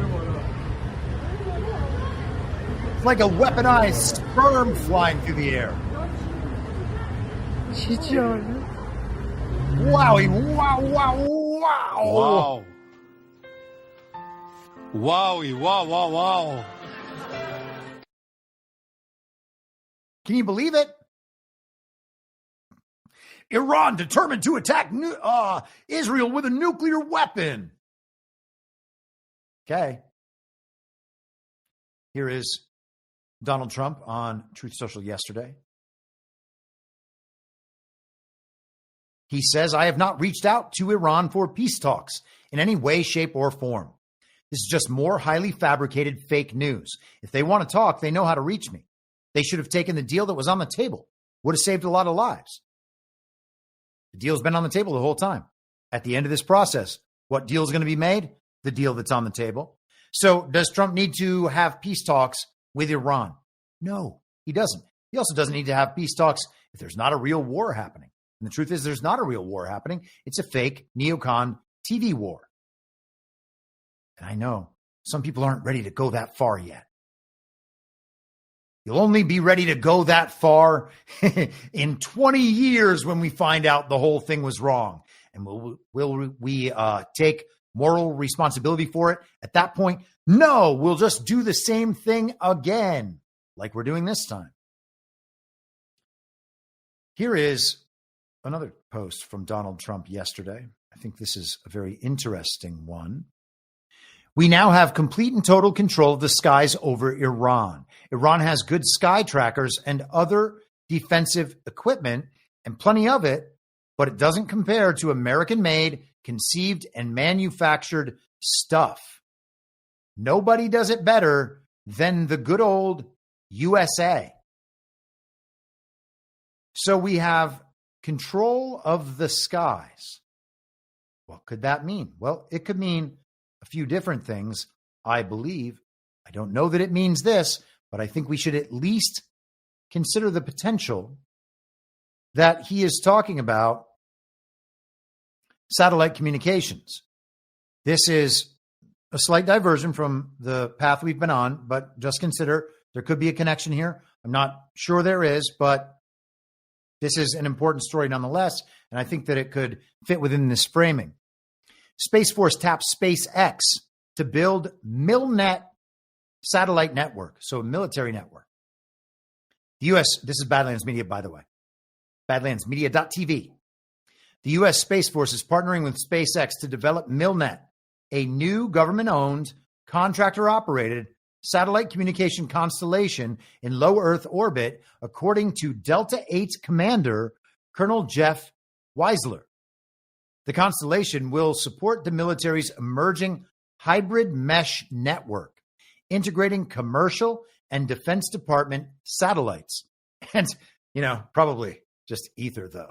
It's probably not shit floating around in the sky. It's probably just ether. MilNet, now transitioning into Space Force operations via Space Systems Command and Delta 8, will consist of over 480 satellites operated by SpaceX. A Delta 8 mission director will oversee operations to align with wartime tempo. The satellites will use SpaceX's Starshield terminals, featuring enhanced encryption and interoperability with the commercial Starlink network. And let me just pause for 1 second. And how did I do it? When I began this current StreamYard iteration that I had to begin a few months back, I failed to upload the clip of Kash Patel on Greg Gutfeld talking about Elon and the Starlink network and the military version of the Starlink network, that's Starshield. And so it seems that these are being rolled out, and you got to wonder, considering the presence of Starlink in these various war efforts and understanding that we are moving to a parallel information infrastructure that includes the financial system. And that's what's really going on with Iran, if you ask me. By the way, you know what? Let me just pull this up and see if I can quickly find these posts from Jason Lowry that I highlighted the other day. Ah, man, what in the world? This isn't going to work. Another hold for processing. But we're just covering so much ground today, It's hard to keep up with it all. I know I want stuff in the show. And then, damn it. Here it is. Oh, wonderful. Okay, so this is Jason Lowry on X, formerly Twitter, back in October of 2021. And if you're not familiar with Jason Lowry, he is the Space Force major who has written Soft War and talks about Bitcoin as a defense technology. He says in 2021, interestingly, all tech on critical path to Bitcoin, BTC, TCP/IP, SHA-256, and GPS was built because of nukes. So it could be argued that the threat of nuclear annihilation was the prerequisite for humanity to develop the surrogate to strategic warfare, which is what Bitcoin represents. That's quite a statement. And this is potentially altering how we would otherwise understand the coded language about nuclear weapons and nuclear conflict. What exactly is it? Because I do believe that it's coded language. Here is another Lowry series of posts from 2 days prior in October of 2021. So some of these posts were deleted, and Lowry frequently deletes posts. He'll put a post up, gauge reaction, delete, and just he operates Twitter in his own way, trying to figure things out in his own way. He experiments with blocking people and all this other stuff. He has posts where he goes on about it. Anyhow, so Lowry says in the middle of this response chain, what about national strategic military value? Someone asks, is it national or global? Lowry says, I'm leaning toward national because the goal is to address why it's in strategic best interest of the U.S. in particular, now that China tripped at the starting line. So China didn't get their Bitcoin program off the right way.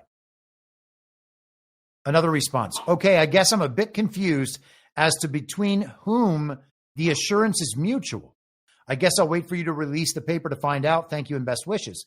Lowry responds once again. It's to draw a comparison to mutually assured destruction, national strategic policy. Basically, I want to say Bitcoin represents a way to have peaceful monetary reset while being locked in a nuclear stalemate. How about that? I would suggest that maybe we are dealing with something that we are not being entirely informed about, okay? And I think it's important to consider other options. Maybe we're not talking about a magical bomb. Maybe we're talking about a metaphorical magical bomb that will destroy the global regime's financial system. Just saying. What is their biggest fear? Well, what's their greatest control mechanism? After the media, all the way down at the end, it's the fiat money system. So what is the magical bomb to the global regime? Something that destroys the fiat money system. Are we going to be affected by that? Perhaps. Does it have to be done anyway? Yeah, probably. So what we need is a soft landing. And what we need are cover stories. Or what the regime needs to keep itself going are cover stories. This is from the Times of Israel, apparently from tomorrow. And I'm just kidding. They're already on tomorrow over there. We're still on today as far as I know. Iran in near total internet blackout, according to a UK-based watchdog. Iran was today in a near total national internet blackout as tensions deepen between Tehran and Israel, a London-based online watchdog says. Live network data show Iran is now in the midst of a near total national internet blackout. The incident follows a series of earlier partial disruptions and comes amid escalating military tensions with Israel after days of back and forth missile strikes. Is the system being switched over in Iran? And are we supposed to believe that there is a war going on to distract from what the real meaning is? I would suggest it's the second, if anything, because the first one is complete and total bullshit. In the dark, another Rumble rant, this time for $100. Man, obviously, honestly, I should say. Thank you very much. Bonafides, Gulf War veteran, 10-time ribbons and medals, longtime Republican endorser. I've seen through the veil of deception. I relate with Chris and his journey and applaud his conversion. Hopefully you do too. Well, thank you very much. And I did not know that about your background. Gulf War veteran, 10 times ribbon and medal recipient, longtime Republican endorser. Well, that is very cool. That means a lot. Thank you very much. You know, I did not serve, so doing the stuff I'm doing now, I hope is some form of service to this country. But to have served like that, I think is awesome, first of all. But one of my greatest concerns is that I am going to get something in that territory really wrong because that's not my field at all. And if I'm not doing that, that is excellent news. So thank you very much. He also says, check out Tom Luongo. He seems to have a valid theory on the destruction of the EU and Euro. And then he added, it is the city of London. Yes, and we are talking about the city of London. Is that what's going to get nuked? Perhaps. And nuked, I mean, in quotes. I don't think that there's any chance whatsoever a nuclear magical bomb is going to be dropped on the city of London. Just to be abundantly clear about that. I think that we are. I don't think there's any way I'm getting to the Chinese votey stuff or the training ban. And, you know, I was going to put this amazing Bannon comment in the midst of the election stuff, but maybe we'll just close with that. We are hitting the home stretch, everybody. This is Donald Trump on Truth Social yesterday. Unconditional surrender in all caps with an exclamation point. And this has been taken to mean that Iran must unconditionally surrender in this war thing, or else Trump is going to drop the bunker-busting bomb, another BBB, on Iran's magical bomb underground creation layer. Magical bomb creation underground layer. Let's say it like that. The place where they make the magical bomb, Trump is going to bomb it unless they unconditionally surrender. That's how people took this statement from Donald Trump. Here is some response from the Ayatollah. Now, again, I don't believe that's what Donald Trump is saying. I think he is speaking to the Iran proxy, the Iran avatar here. He is saying to the global regime, what he demands is unconditional surrender. There's not going to be any talk down. There's not going to be any negotiation. You are finished. That is what I believe he's saying. So let's go to the Ayatollah on Twitter, and I'm going to read these from bottom to top because that's what the chronology suggests. We must give a strong response to the terrorist Zionist regime. We will show the Zionists no mercy. He says the leader of the Islamic Revolution's televised message to the Iranian nation will be broadcast in a few minutes. And by the way, in terms of the terrorist Zionist regime, that doesn't mean all Jews. That doesn't mean he's trying to wipe Jews off the face of the earth. As I said before, there are a whole bunch of Jews that are anti-Zionists. Who are anti-Zionists? Okay? In fact, those anti-Zionist Jews argue that it is an inversion of Judaism to be Zionist. They're not supposed to set up a Jewish state. And the truth is they are trying to create the biblical prophecy that brings their Messiah because they rejected Jesus as the Messiah. So they are trying to display to the world that all of the conditions of the Bible are being met to bring the Messiah, and they will bring in the Messiah. And what would that be? Because the whole thing is fake and worldly. Well, that would be the Antichrist. Okay. And so that's why it's all part of that same belief system. And there's a controlled opposition dynamic that has been set up there as well. But let's go back to his posts. He says the U.S. president threatens us with his absurd rhetoric. He demands that the Iranian people surrender to him. They should make threats against those who are afraid of being threatened. The Iranian nation isn't frightened by such threats. He goes on, it isn't wise to tell the Iranian nation to surrender. What should the Iranian nation surrender to? We will never surrender in response to the attacks of anyone. This is the logic of the Iranian nation. This is the spirit of the Iranian nation. The U.S. entering in this matter, this war, he says in brackets, and it's really only a matter, is 100% to its own detriment. The damage it will suffer will be far greater than any harm Iran might encounter. The harm the U.S. will suffer will definitely be irreparable if they enter this conflict militarily. He's being quite clear. Is it true or not? I can't tell you, but he is being very clear. He says the Zionist regime's malicious attack on our country took place at a time when Iranian officials were indirectly engaged in negotiations with the U.S. side.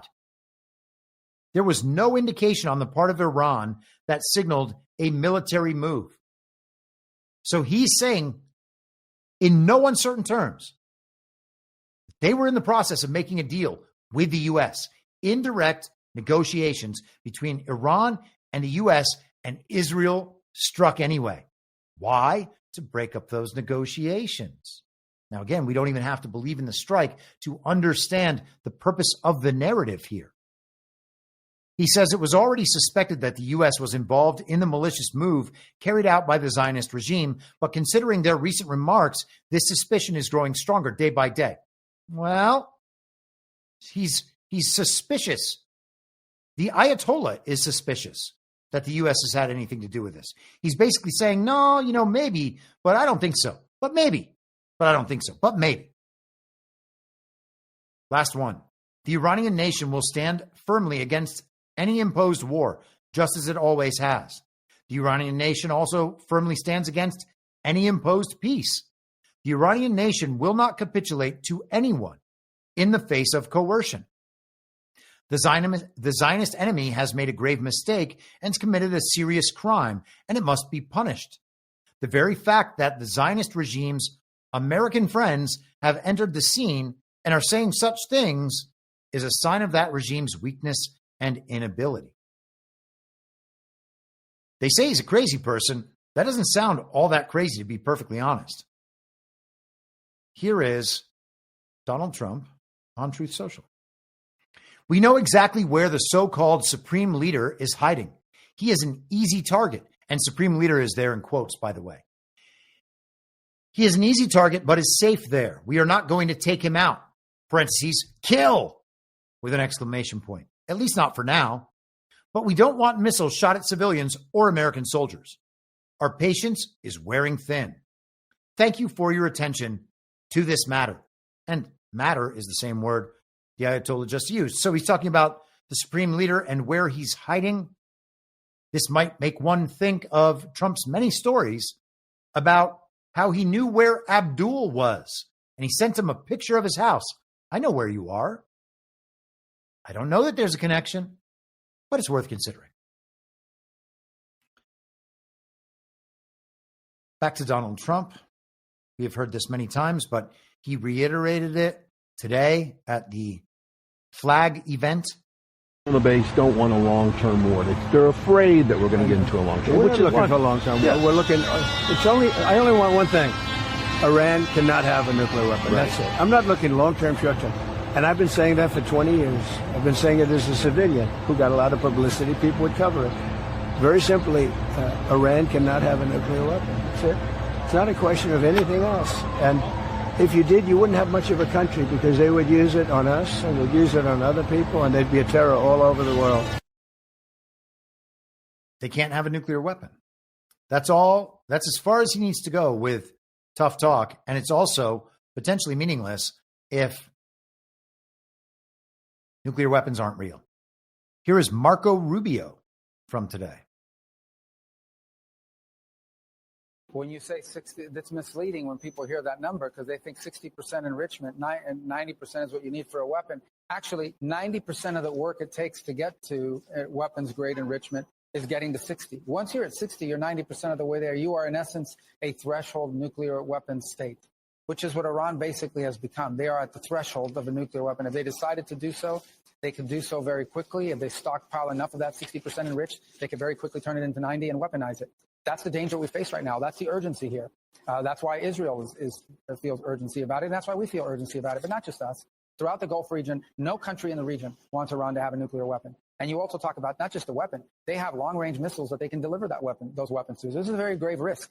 And they are enriching at that level, and they're openly doing it, by the way. In fact, their Congress, their legislative branch, actually passed a law requiring them to enrich at a certain level because JCPOA, the Obama deal with Iran, was canceled. So this is a critical moment. The president has made it a priority. And now people understand the urgency here because they are fairly close, too close for comfort to a nuclear weapon. We have to roll that back one way or another, and we hope it's peacefully and through the process of negotiation. So they're at 60%, which means they're at 90%. It's basically 100%. I guess they have a magical bomb.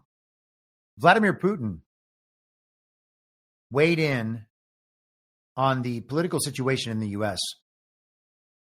in an interview. I'm going to do the best I can to read the subtitled captions in the translation here. Putin is, of course, speaking in Russian. Let's just get this video to the right place. And we're going to turn that. Okay, that should be okay. Everything's almost there. We're almost ready. It's happening. It's happening. He says, I have already spoken to 3 U.S. presidents.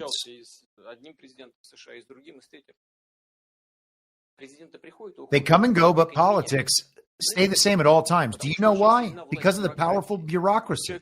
When a person is elected, they may have some ideas. Then people with briefcases arrive, well-dressed, wearing dark suits, just like mine, except for the red tie, since they wear black or dark blue ties.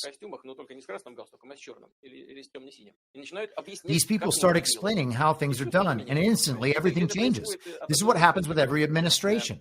Changing things is not easy, and I say this without any irony.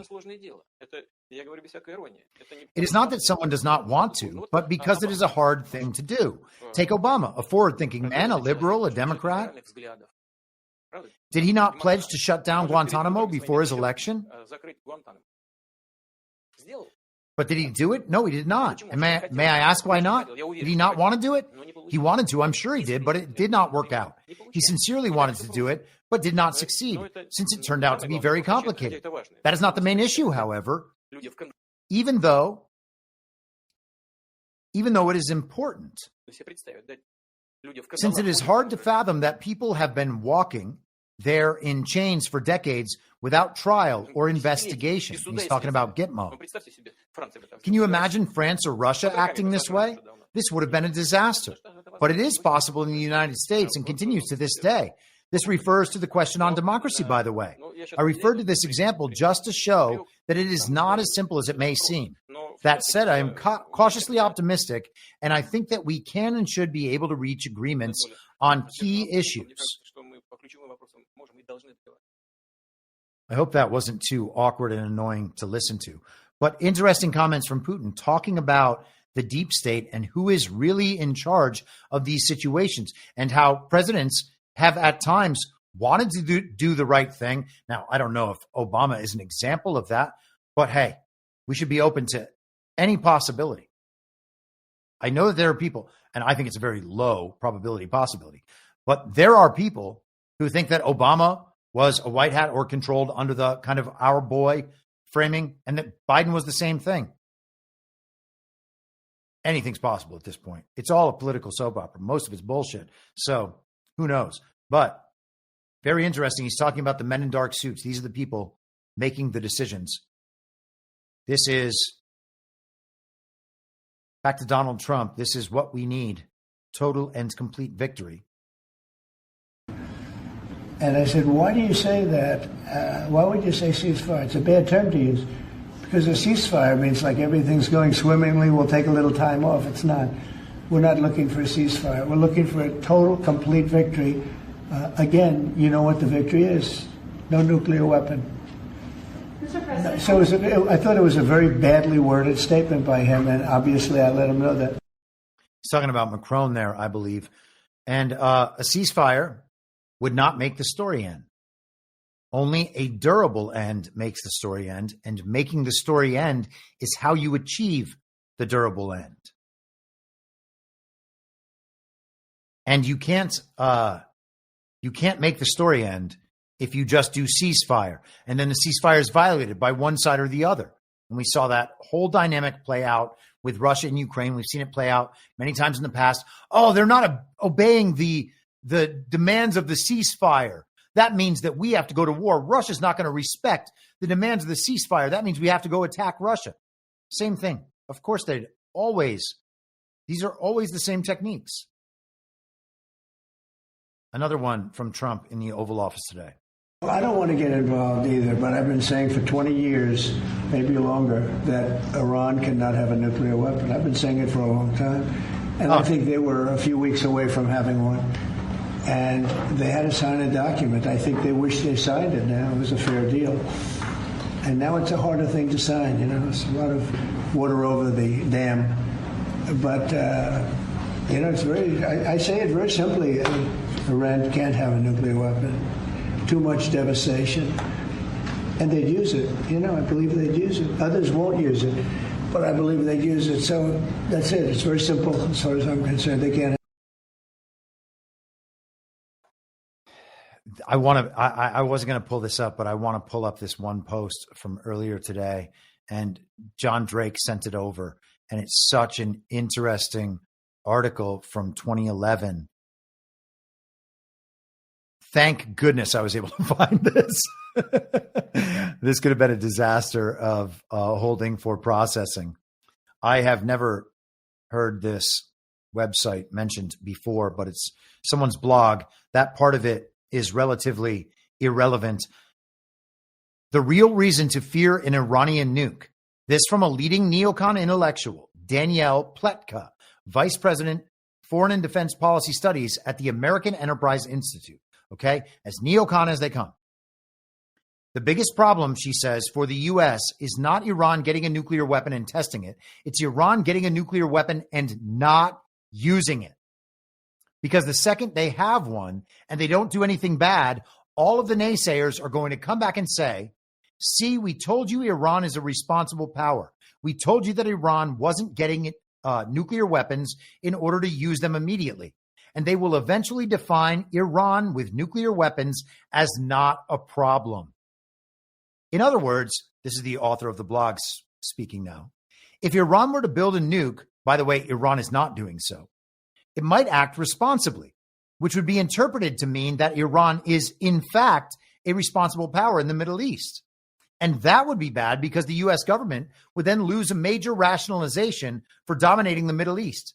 Take away the Iranian problem, and there goes a lot of the prestigious and profitable power opportunities for U.S. officials and government contractors. So Iran must be stopped from developing a weapon that is one, it is not developing, and two, that it wouldn't use if it were developing it. Now that is the sort of thing that will shock, that could shock the entire neocon globalist agenda. They need these threats to exist, and they need people to believe in the threats because otherwise the entire rationale for their system breaks down. Here is Jeffrey Goldberg of The Atlantic. Top Israel officials also say they wouldn't expect an attack from a nuclear Iran. He quoted Defense Minister Ehud Barak as saying, the real threat to Zionism from an Iranian bomb is the dilution of quality. Jews know that they can land on their feet in any corner of the world. The real test for us is to make Israel such an attractive place, such a cutting-edge place in human society, education, culture, science, quality of life, that even American Jewish young people want to come here. Our young people can consciously decide to go to other places. Our best youngsters could stay out of here by choice. So if Iran got a bomb, then the Jews would leave Israel and their global regime, proxy, ethno-supremacist state would be no more, apparently. Strange logic, isn't it? Does any of that make you think Iran is about to get a magical bomb? I can't possibly think that. Here's Donald Trump, one more from the Oval Office. Look, they should have made the deal. I had a great deal for them. They should have made that deal. 60 days, we talked about it, and in the end, they decided not to do it, and now they wish they did it. And they want to meet, but it's a little late to meet, but they want to meet, and they want to come to the White House. They'll even come to the White House. So we'll see. I may do that, but it's a shame it could have been done the easy way. So Iran, with Russia as a mediator, with Turkey as a mediator, the NATO member, Iran is going to be invited to the White House? Well, that's going to be a nuclear bomb of its own in terms of the public narrative. Iran might come to the White House? What's going to happen if that happens? If Trump is talking about inviting Iran to the White House, is he also going to give Israel the capacity to bunker bust Fordo, the super secret, deep underground magical bomb creation station? Don't think so. So let's wrap today up where we began, talking about this division between the fake MAGA contingent, the GOP establishment and elite, Con Inc., all of these people, the Israel First RINOs. I was going to bring this in the context of the elections, but this is too important. I love this clip too much to leave out of today's show. So we'll maybe talk about the election stuff on Friday. Here we go. I think there's a lot of activity going on. We're here because of the stolen 2020 election. You know that. That's why you're President Trump's hardest core supporters. You were with him in the breach. There's an awful lot of people I notice right now saying how they're true MAGA and they're pure MAGA. I don't think anybody at Fox can possibly be true MAGA and hardcore MAGA. And the reason is, to be brutally frank, when President Trump had the election stolen from him and had the White House taken away, and he went back to Mar-a-Lago for that year of 2021, because everybody at Fox takes a paycheck from Murdoch. You all supported DeSantis and Nikki Haley and whoever else came along, right, as a opportunity to replace President Trump. So if you work at Fox, by definition, you can't be true MAGA. It's impossible. We were here. Remember, this audience, there was a couple of very lonely days, weeks and months before President Trump, I think, took the CPAC in Orlando and went back and gave that amazing speech that he was coming back and had thought it through in a month and a half. And we knew he would always come back. But you had his back in the darkest days because you believe in President Trump. All of those Republicans who went silent, well, they're not silent right now. They are vocally, clearly, loudly supporting the enemy. Okay. And I'm not saying Israel is the enemy. I'm saying the global regime is the enemy. And that is what they are supporting. They're not supporting the Jews. They're not supporting the biblical Israel.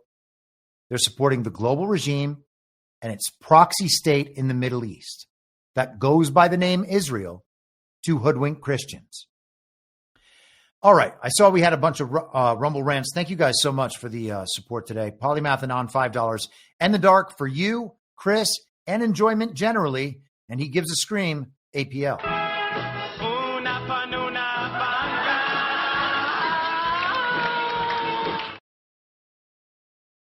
Thank you very much. Starborn01, $20. Awesome show as always. Appreciate your thoughts and perspective on these events. God bless you. God bless you, Starborn. And thank you so much for all the help you provide me in the Telegram feed. Thank you also for the subscriptions that I missed the other day, ending the episode. And I think that AJC, good old Jay, dropped some subscriptions in there Monday. So thank you guys for that. Looks like those came up again. Oh, that just must be Rumble repeating for some reason. And then In the Dark closes it out. $1. Let's go APL. Let's go.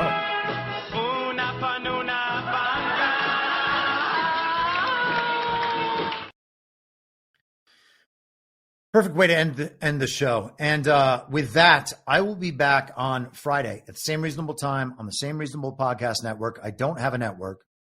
Masks and lockdowns don't work. They lied to you about a pandemic. And Joe Biden was never president.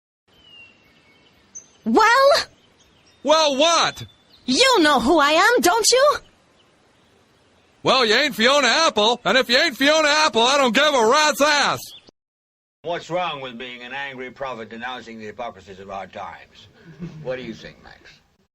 Do you want to be an angry prophet denouncing the hypocrisies of our times? Yeah, I think I'd like to be an angry prophet denouncing the hypocrisies of our times. It's not true. It's more true than I would perhaps prefer. Can we stop this cruel game and allow the boy to keep one shred of dignity? For God's sakes! I can't stand to see him in all this pain! You vicious bastards! Let him move in with you! Is it so bad to see somebody happy? So just let him move in! For the love of God, let the boy move in with you! Good Lord! And I will not let you down. We do a little trolling. It's called We Do a Little Trolling. What? In my mind, that's the end game. If you're listening for free and would like to support the show, the best way to do that is by signing up for a paid subscription at imyourmoderator.substack.com. You can find the info stream over on Telegram at t.me/veryreasonable. The merch site is cancelcouture.com, and for all my other links, you can visit linktree.com/imyourmoderator. And I'll see you soon. Down on the range.